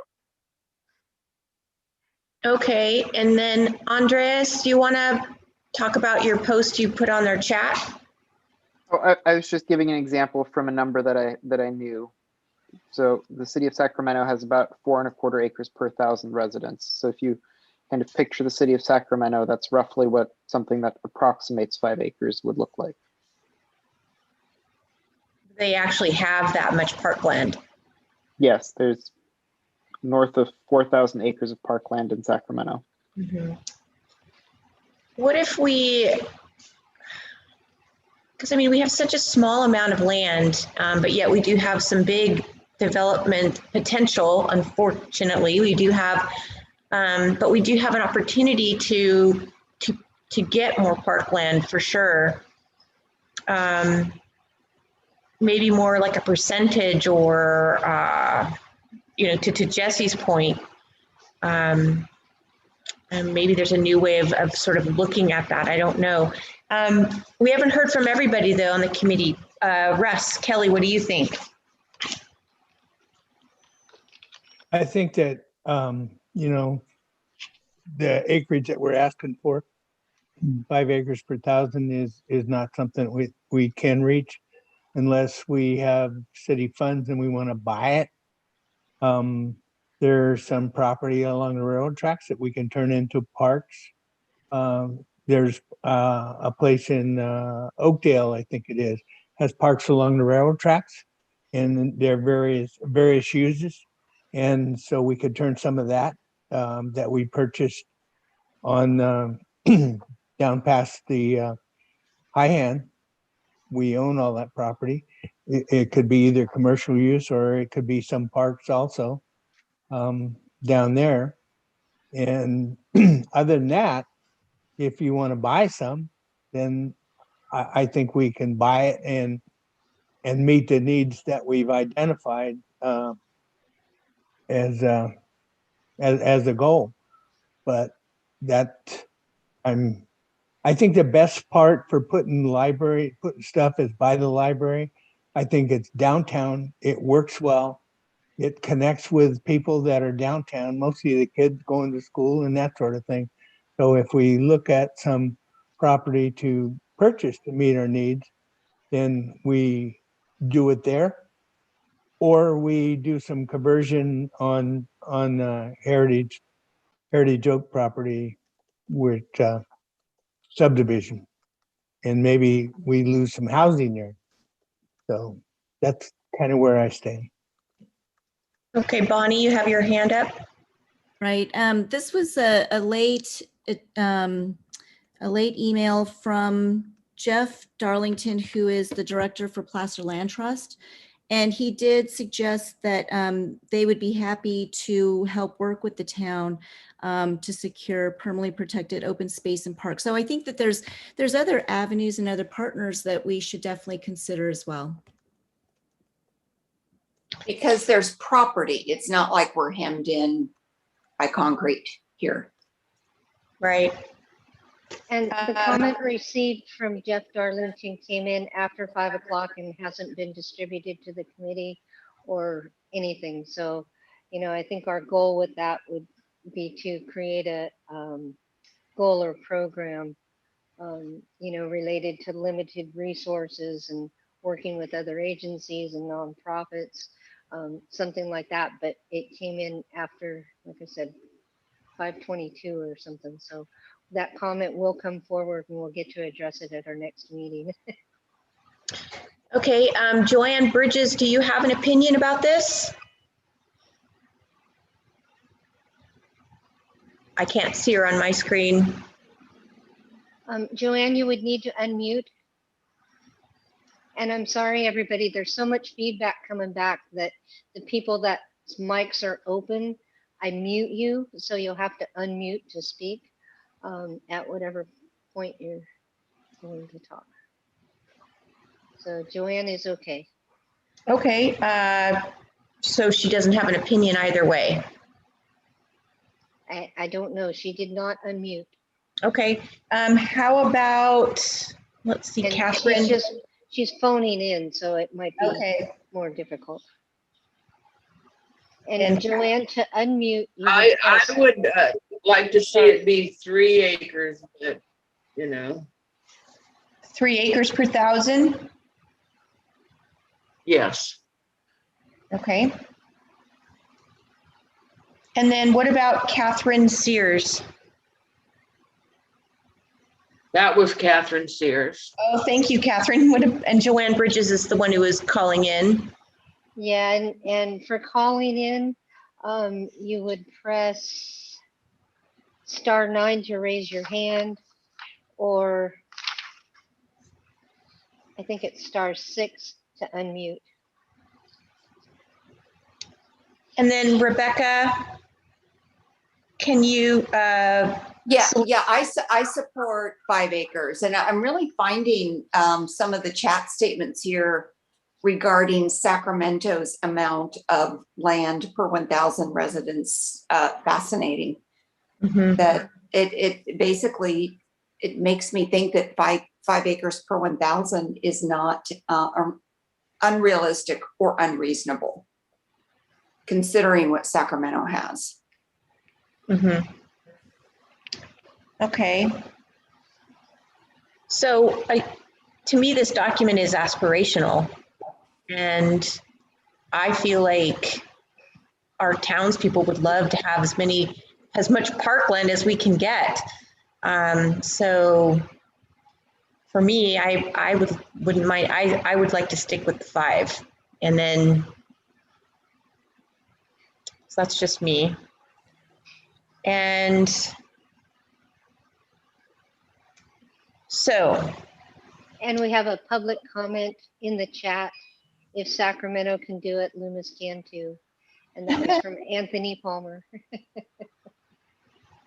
And then any public member want to weigh in on this? Jean, did you want to weigh in? 5 is fine with me. Okay. Oh. Aspirational. Yeah.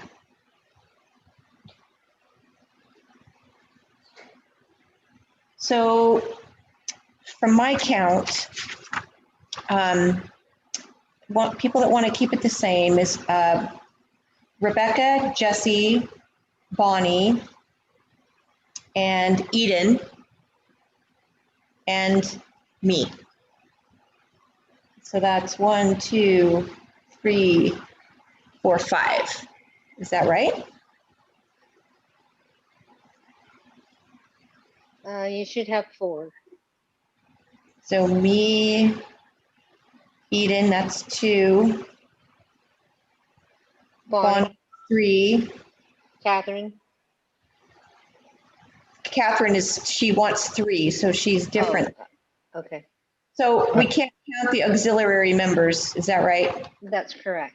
I'm in Russ for also has 5. his hand raised. Russ, you're in for 5? Yes. Okay.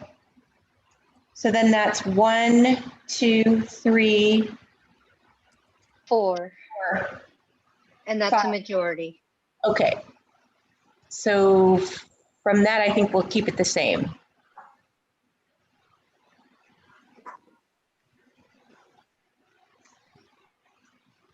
Oh, no longer have to discuss that again. Sweet. This is all stuff that we're going to research based on our previous discussion. And I'm hoping I find some secret trails because Jesse has me encouraged now. So here are goals. Some of this came from Social Pinpoint. Things like this are not really goals. These are goals and points here that we have. Try to keep them as we are, meet the needs of Loomis residents, keep things standing. We had talked about this at the last meeting, and I just wonder if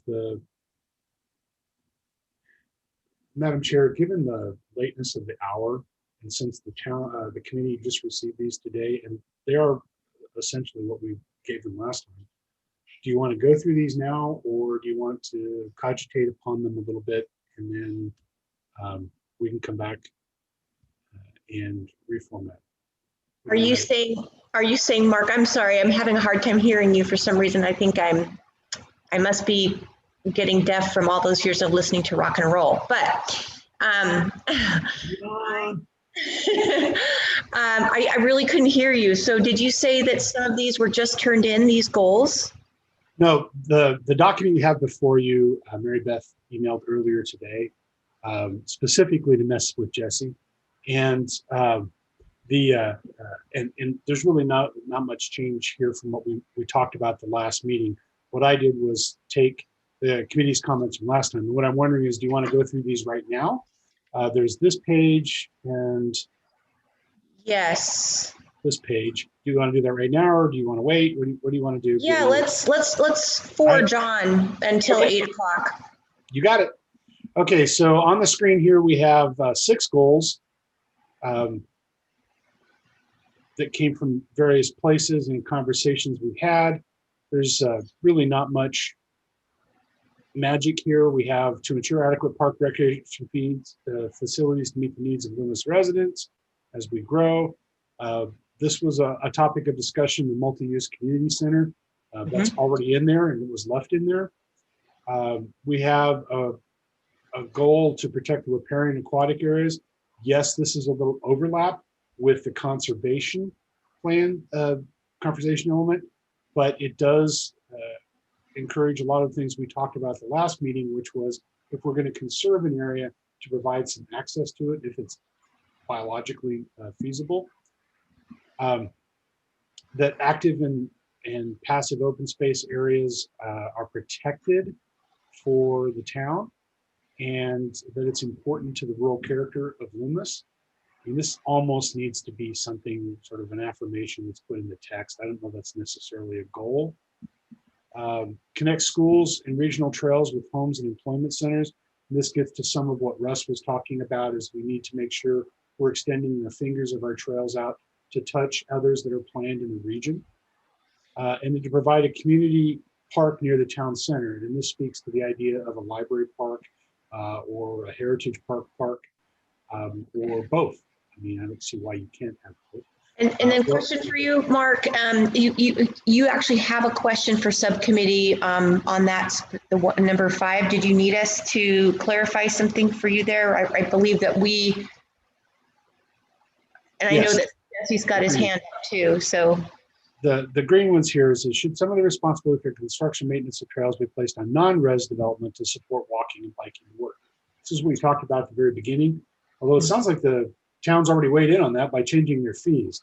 So I'm scratching my head, like maybe this is a moot point because the town's already figured out they don't want to do this, but this was all pre-COVID. Yeah. So after COVID, we all appreciate open space just a little bit more, perhaps. Well, I'm going to go back and find out what happened with those fees and find out what the how that whole thing went down and get the story on that. So, but for now, you still need to get on number 5. How does the committee feel, though? I mean, it seems obvious that we need to get fees from.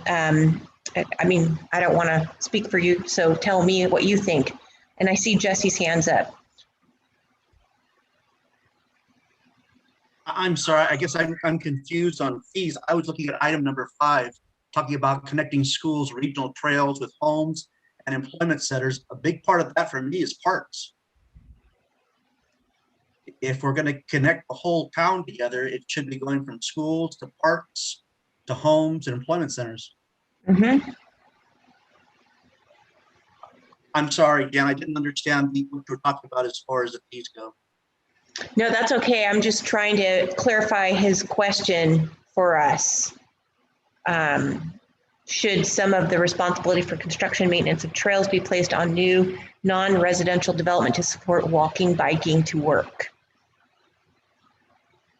Does anybody have thoughts on that? And I can't. I think it would be important to hear from the town on why they changed that, because it sounds like it was originally in where they collected fees and then they changed it. So I mean, I guess we need to hear why. Okay. So Mark, can you put asterisks there and just say, you know, we need to do some historical research on what happened, why that was changed and exactly what was changed, and we will find out about what happened there. Okay. And then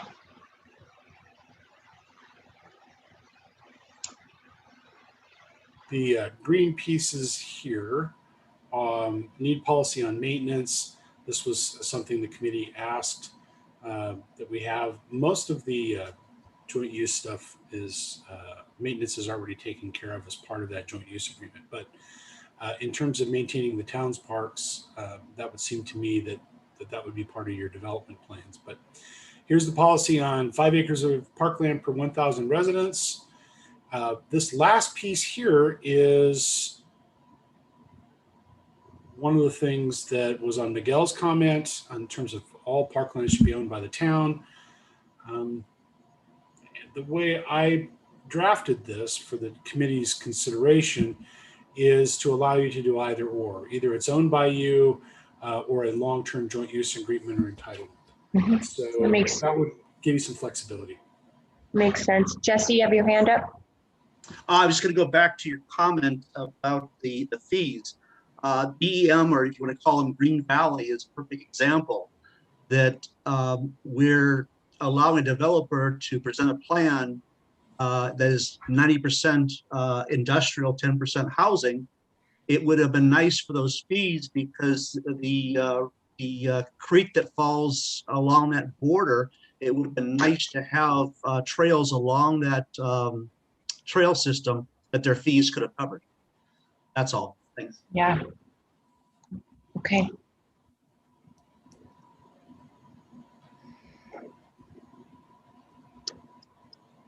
Yeah, actually, I mean, I guess if we're thinking about Turtle Island and which is currently commercial tourism, I agree. I think that we need to keep those fees in because we're thinking of that trail that would connect to the park. And yet that's something that the town itself wouldn't be able to do. Awesome. Yep. Is everybody okay with item number 1 under policies? Hearing no public input? Seeing Okay. none. Okay, let's go to number 2. The only change here was I hate absolutes, and sometimes there are funding sources that frankly don't make sense for the town to pursue because of bad terms or whatever. And so I just wanted to have the option of not pursuing something that didn't make sense. I think we talked about that last time. Yeah. Okay. And then 3 was struck out, and then 4. Yes, that makes sense. Does anybody have anything to say about that? And then 5 is struck, and then 6. Why is it underlined? Is it brand new, obviously, then? Is that right? Okay. Okay.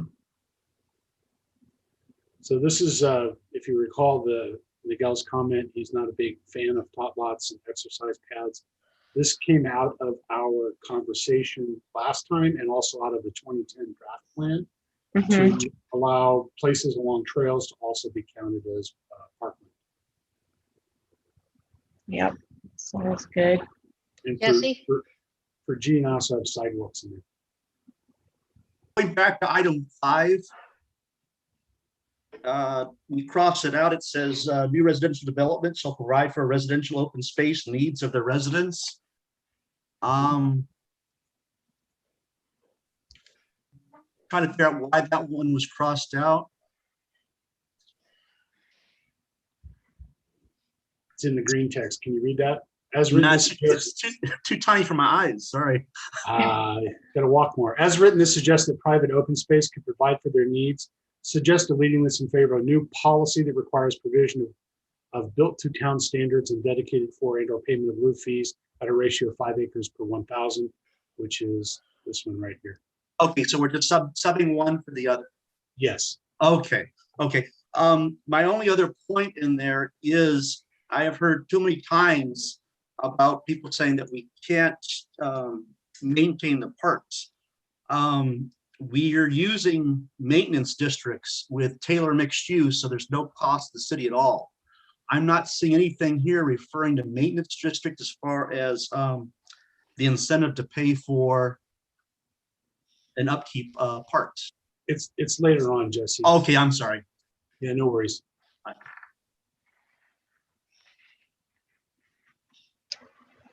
Okay. Now on number 5, Madam Chair. Yes. If it's the will of the town to allow private open space within residential developments to meet some or all of their park standards, and some communities do allow this and some don't, then we can certainly resurrect number 5 and tweak it so that it meets your expectations. Committee members, what do you feel about that? I'm sorry, I'm just trying to make sure I understand correctly. Are you talking about open space land as opposed to parkland? No, I'm talking about somebody has a subdivision or usually an apartment project, and they want to count their pool and the paved area next to it as part of their parkland. And usually, I'd say the lion's share of the times I encounter this, that's not permitted to be counted. That's an amenity to get people to rent. But occasionally, you'll get some open space or other things that are part of the development that the residents can use that is more akin to a park. But isn't it likely to have like a fence around it so only the residents can use it? That's correct. So it's understood that it's not for general public use. That's correct. And sometimes they'll include a tot lot or something along those lines that's beyond your obligatory pool and patio area. I wouldn't recommend you go there. I don't think you're large enough to worry about that. But I do want to put that out there as an option if the town wants to go there. Again, I wouldn't do it, but it's your prerogative. Any other committee comment on that or public comment? Yeah, I agree. If we don't have access or control of it through agreements, then we shouldn't count it. I agree. Okay. I agree. I agree too. All right. So on to was 6 okay? I did not hear. I love 6. What this note says is this is from the 2010 draft plan and also from the 2006 plan. And the 2006 plan links this to density. I didn't care for that. I just want it done. So it doesn't matter whether it's high density or low density. I think it needs to be done.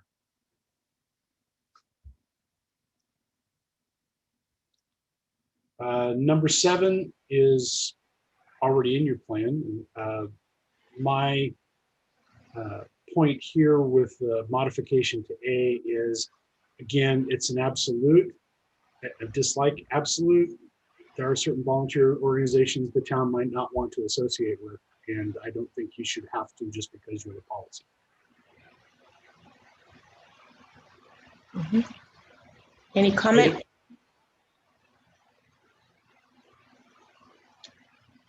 All right, and then B, item B. That's existing, so you're going to keep Okay. So item C. I think this is one that we had asterisks by last time. Right, and it was modified, and the text is as the committee modified.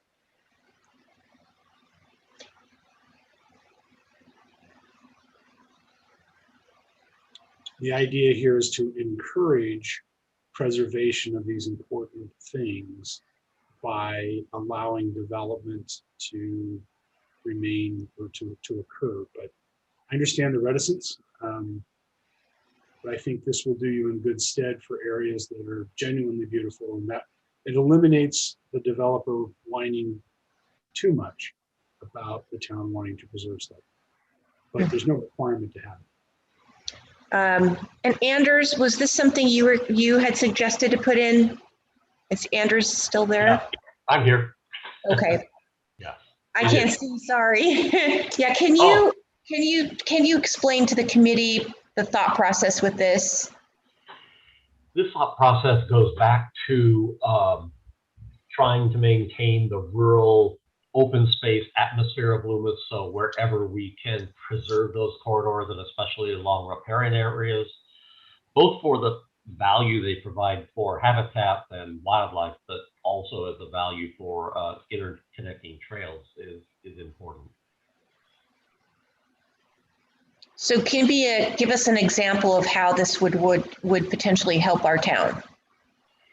Well, let's take Turtle Island and Secret Ravine, and you make sure that Secret Ravine on either side is preserved, the riparian habitat is preserved, and you put a trail system down there, and as your previous policy said you put in some picnic tables or shelters or other things for people to kind of, stop and enjoy that area, and make sure then that trail connects throughout Loomis and eventually connect to the Placer County Trail System.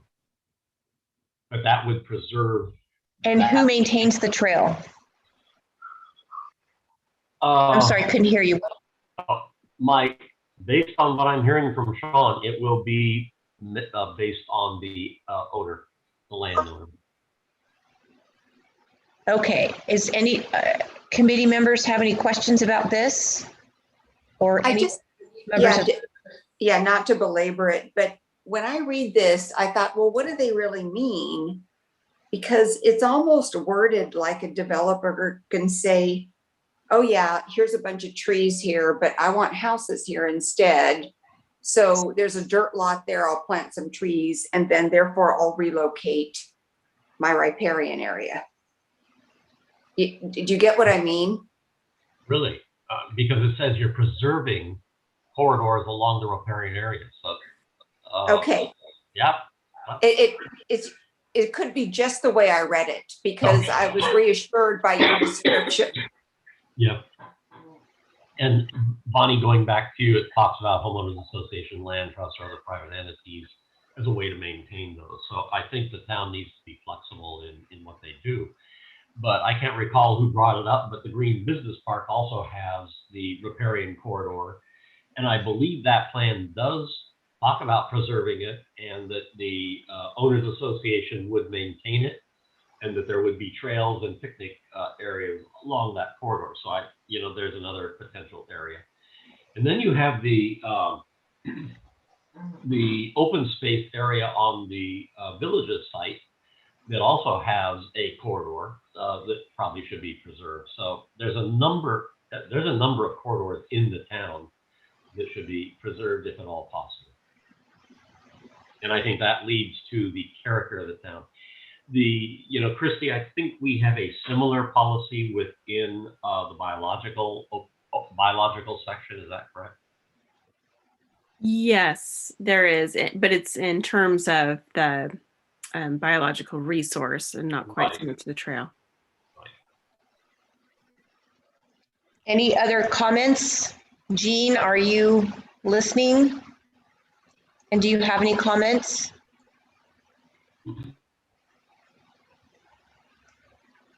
I can't see her. If she's still on the line. She is, and she's muted. So Jean, you need to unmute. Yes. Jean, unmute.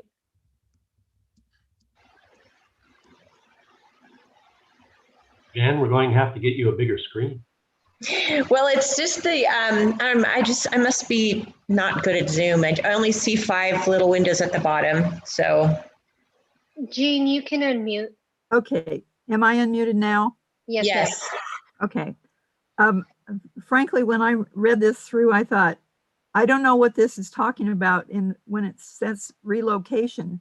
And I kind of think maybe you guys know what you're talking about because you already know what you're talking about when you read it. But if somebody doesn't already know what you're talking about relocation of development potential to a developer, that I don't know what that really would signify to them. I'm not sure that it would tell them exactly what Anders just said.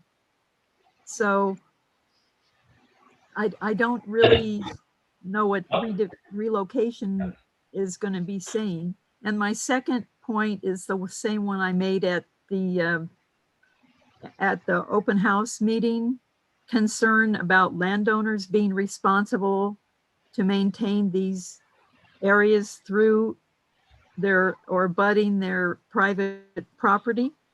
And there are not only the privacy issues there, but particularly if you're going to make a public trail through someone's private property, you're asking them then, I presume, to shoulder all the responsibility for somebody that trips on a rock, or there's a washout with the winter rains into the creek and they slip on a root or something, and they blame you because you didn't maintain the trail. So I do have serious questions about asking the homeowner, the landowner, to individually be responsible for maintaining a public trail. So those are the two things.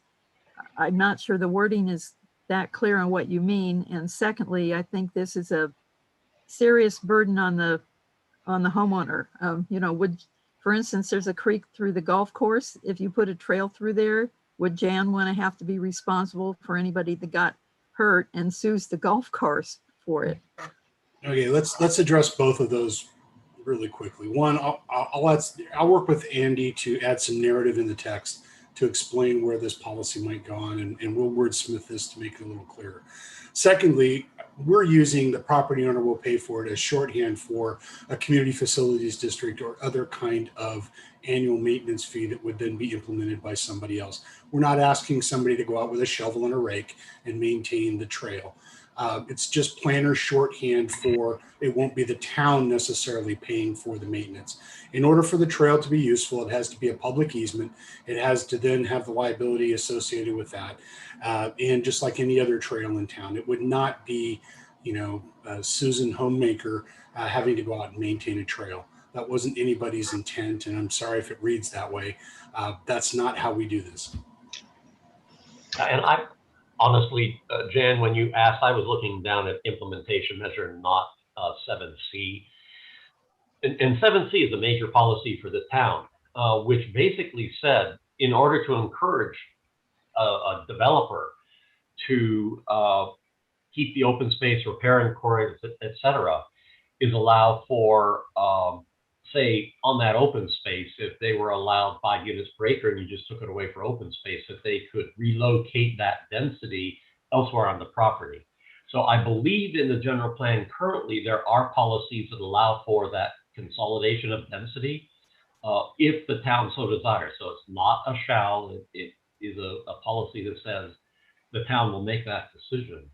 But the intent is working with the landowner applicant in getting these spaces, but allowing them to have some additional density in order to offset the costs that they would be burdened with. So that policy is an important one. I believe it's in the general plan already, but I don't think it's in the Parks and Recreation only. Yeah, well, to Jean's point, the way this is makes the hair back of my neck go up, and I'm sure most everybody would agree. I think you just need to change it how you just said it, Anders, in order to encourage, however you said that, encourage to keep the open space, and basically what we're saying as a Park and Rec committee, well, I will not preface for everybody, but you know, we want to encourage the open space in our riparian areas and the preservation of the oak woodland, and then make that sentence a little bit more palpable, because it's not the way it is. Yeah, Mark and I can talk about that. And the other thing is, I really want to make sure that this particular sentence is not approved until we, you know, let's make it so that we put an asterisk by this, so that as a committee, after you rewrite it, we can make a decision. I don't want to miss it. No, it's a major policy if the city is willing to do that. It really is. I would call this a horse trading policy. Any other comments on this? Well, you mentioned about maintenance there, but actually the words I'm seeing in front of me don't say anything about that. And I think that's what Anders was referring to down in the implementation measure. Correct. Okay. And maybe we can, for tonight, we can get through this and stop at implementation measure, since we are coming close to 8 o'clock. Correct.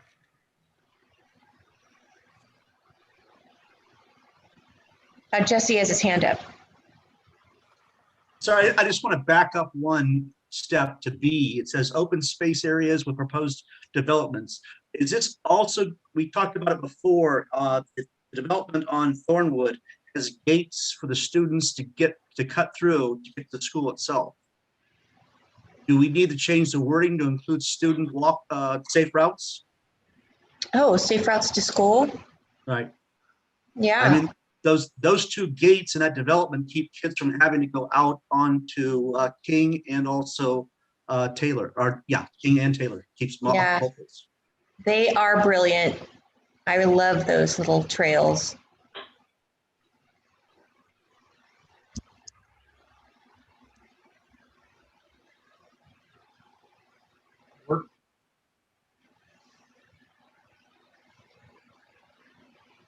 Russ Kelly. I'm wondering where you're going to, it says consider relocation. Where are you going to move it to? On the site, Russ. So say that you have a 10-acre site, you're dedicating 3 acres to the open space, you would still give the development on that site the credit for the full 10 acres or some portion thereof. Could you move it to another, you couldn't move it to another site? Well, that's another question. If the town is interested in doing that, oh boy, it's been a long time. What do we call that? When you move it from Transfer development transfer rights. development rights. Runaway. That's really a bad idea. Oh, sorry, I shouldn't have been doing that. I hate them with a passion, and would not recommend it. Rebecca Galling just had to sign off. So, if everybody's okay with continuing, we shall. It's 8:03. Okay. And just so you know, Jan, Joanne Bridges is back and unmuted if you wish to address her. Okay. Joanne, we were having a discussion about how many acres per 1,000 people for our town, and just wanted to hear your opinion on that. Oh, she had already given us her opinion, is it, or did I? Yeah, and when all that was going on, I wasn't keeping too much. Okay. I think. I don't know. All right, so we have number 8 and number 11. Do you guys want to finish that, or you want to stop and start next month on that? You ready to forge forward with just 2 more? And then we also have some housekeeping, so it may be another 15 minutes. Jesse? So, Jesse? I was just going to go further with Mark on number C. Is there any way we can reword that to say within the development? I do not want to see it ever get relocated to another piece of land. Absolutely, that's the intent. And Andy and I will wordsmith that, but absolutely. Thank you. I think that's how we had it originally worded, and then we all tried to wordsmith it, and it got fiddled with. So since we're still talking about that point, I just put some language in the chat for everybody to consider. So Andreas's chat says the town may consider the relocation of development potential within a project to preserve riparian areas, oak woodland, conservation areas, and drainage. That looks good. Perfect. Yeah, I like that. Jean? That's okay. My comment is on something on basically housekeeping when you get down to that. Okay. And then still, you guys will continue to sort of brighten that up, make it more clean and understandable. we'll have some narrative up above. Okay. And then number 8 is Loomis will continue to work with local school districts in the county and other agencies to extend the park and recreation opportunities of Loomis residents to joint use facilities. Yeah. Yes, and I would just add also trails.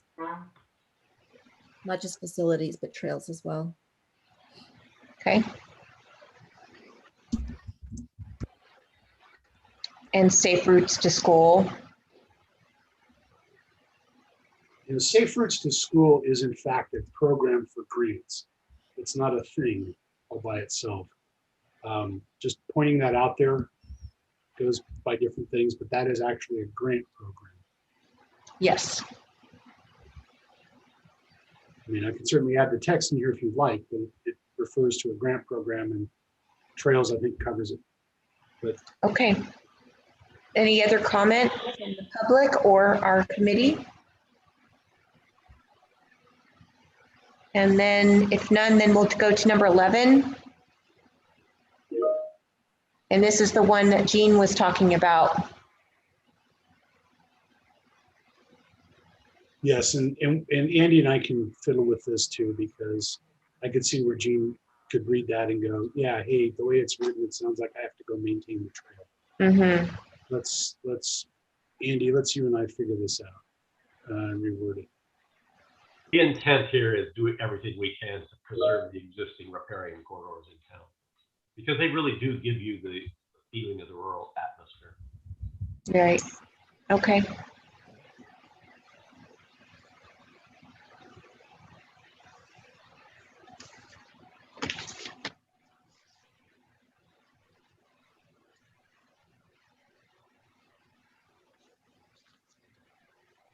All right, we're just finishing up then tonight. Mary Beth, do you want to talk about some housekeeping for tonight? You know, basically our next meeting will be July 22nd at 6 p.m. Hopefully by then, the biological, oh no, I'm sorry, I'm at Parks and Recreation. We will then continue this discussion with the additional information you've requested and all of that kind of stuff. I sent out an email earlier today about committee meetings. These type of committee meetings will be open to the public beginning July 6th. Yay. So I will be at the depot with a computer, my laptop, and a camera. So if the public would like to participate and attend, they can come up to the podium and speak to the committee. We're kind of at this point trying to figure out to see if we can have the committee members present if they would like to attend. But logistically, we won't have Ken Benedict running the live stream on YouTube and, you know, all of the audio kind of stuff. So we don't want to create a cluster of everybody's mics open and everybody trying to do one thing, and if a committee member's there and has to go up to the podium. But we're going to work that out, so stay tuned for additional information on that. But for the most part, it was more important to get the public's ability to attend. And I think that's about all of my. Okay, and then Jean, did you have a comment? You said you might have a comment. Okay. Am I on or not? Okay. You are. I had my hand up, but it got whizzed by here. If we could go very quickly back to I think it was goals, to clean up, just very short cleanup on the verbs here. So we have to ensure, to provide, to protect, but then we have no verb for item 4, and we probably need 2 at the beginning of 5 and 6. Maybe we want to provide or something activity on number 4 to make them parallel. Sure, just minor cleanup. Thank you, Jean, but important. And I guess I did have one other housekeeping item, and that was related to the glossary that went out today. It's now up to 64 pages. It was sent out to all committee members. So we just want you to become familiar with that. We're still adding to it through various committees, and you know, it's still a work in progress, but you'll find a lot of everything in there. So it's kind of overwhelming when you open it up, but you know, work through it. I think it'll help a lot in going forward to make sure that we're referring back to the definitions we've already identified. But to your point, and again, we talked about this, there are like 10 words that are yet to be explained, and one of them is the term rural. Correct. What do we mean by that? And so committee members, I'm hoping that everybody thinks about that and sends in what you think rural means, and also the other 10 or so words that are yet, maybe you can send them to all of us, Mary Beth, to kind of help with the definition. Definitely. Okay. If I And don't have the time to do that today, it'll be on Monday. Oh, sure. I'm taking tomorrow off. You deserve it. You are such a hardworking lady, for sure. All of you guys have worked so hard during this time. All right. Is there any other comments from the? Jesse has his hand up. Yes, Jesse. I'm not sure if I may have missed part of the conversation earlier. I know that the town attorney had stopped us at one point on the last meeting about the 5 acres of town parkland. It says the town will seek to achieve 5 acres. Who makes the call as far as, is that the town's decision or the developer's decision on whether he gives us 5 acres or not?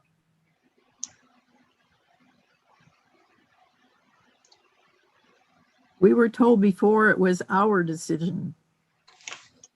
Right. I remember last meeting there was the town attorney had talked about, well, we need to discuss that with Andrews a little bit later, and I don't know where that went. So different types of projects might have different requirements as to how much parkland they have to dedicate. This 5 acres is very much just kind of an overarching goal. We'll get to 5 acres per 1,000 residents. As to how we piece that together, that's a more nuanced discussion that doesn't really go into the general plan. That's more the fee programs, and then looking at the different types of projects that come before the town. So something like the Hidden Groves, who's going to have a population of almost 1,000. They can choose not to put any parkland in at all. No, they would have to try and match our adopted standard.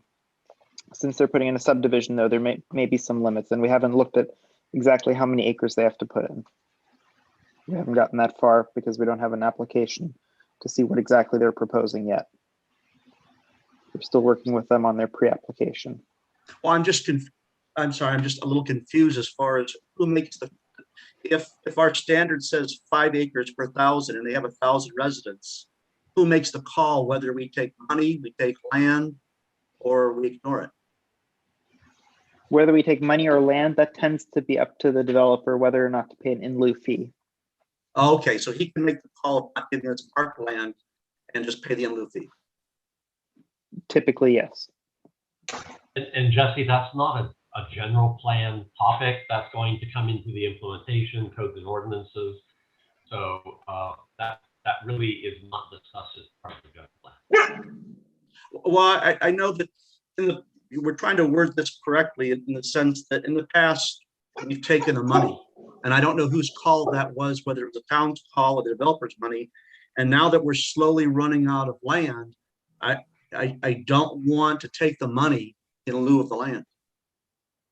Well, Mark, how about we talk about a policy that sets, I mean, that would be appropriate to say that the town is looking for actual park space and not so much money.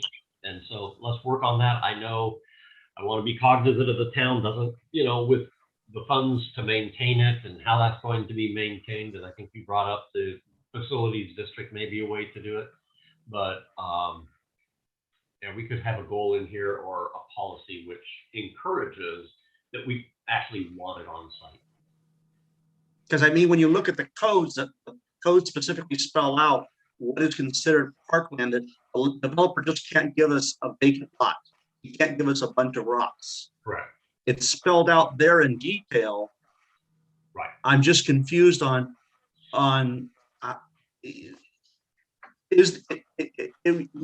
getting back and getting more confused with Miguel and the Kimby Act. It's like, how do we guarantee we get park land and not just some money? I think a goal or a policy is the appropriate way to put that in there, and then absolutely it is part of the ordinances that we can further describe it, Jesse. Thank you. Yeah. Yeah, the Quimby Act is very limiting on what you can and can't do and when you can and can't charge. So a better way is for this town to take control of that. So I'll work with Andy on that, and we may end up with a new policy or implementation that talks about I hate to say this, a parks master plan, so that you can set your fees appropriately. But we'll get there. Okay. And we should make it clear that, Mark and Christy, et cetera, are going through the 2006-2010 plan, pulling out the things that are appropriate for a general plan. But those were so detailed, most of those belong in a master plan, so we may need an implementation policy to have a parks master plan. There's way too much detail in those for a general plan. And a master plan is something that can flow from the general plan.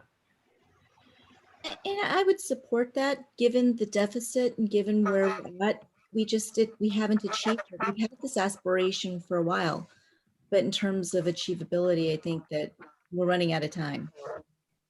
And we're running out of land. Yep, I agree. Anybody else have any comments about that?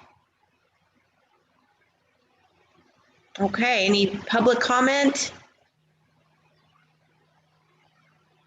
All right, and we have, Mary Beth, we have our marching orders for the next meeting, and we know that it's possible for us to come in person now and maybe have the hybrid one set up, which is great.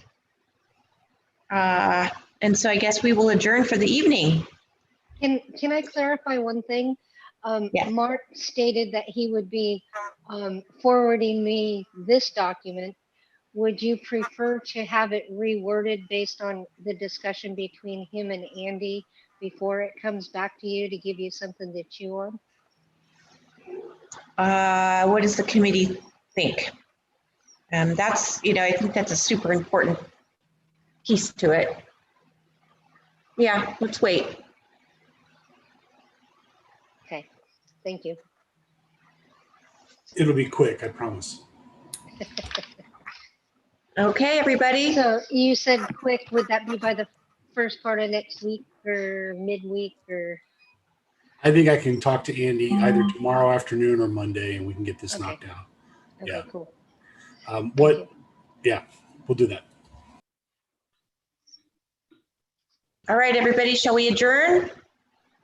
Is it ready? Okay. Yep. Good night, everybody. Thank you so much for your time. Good night. Thank you all.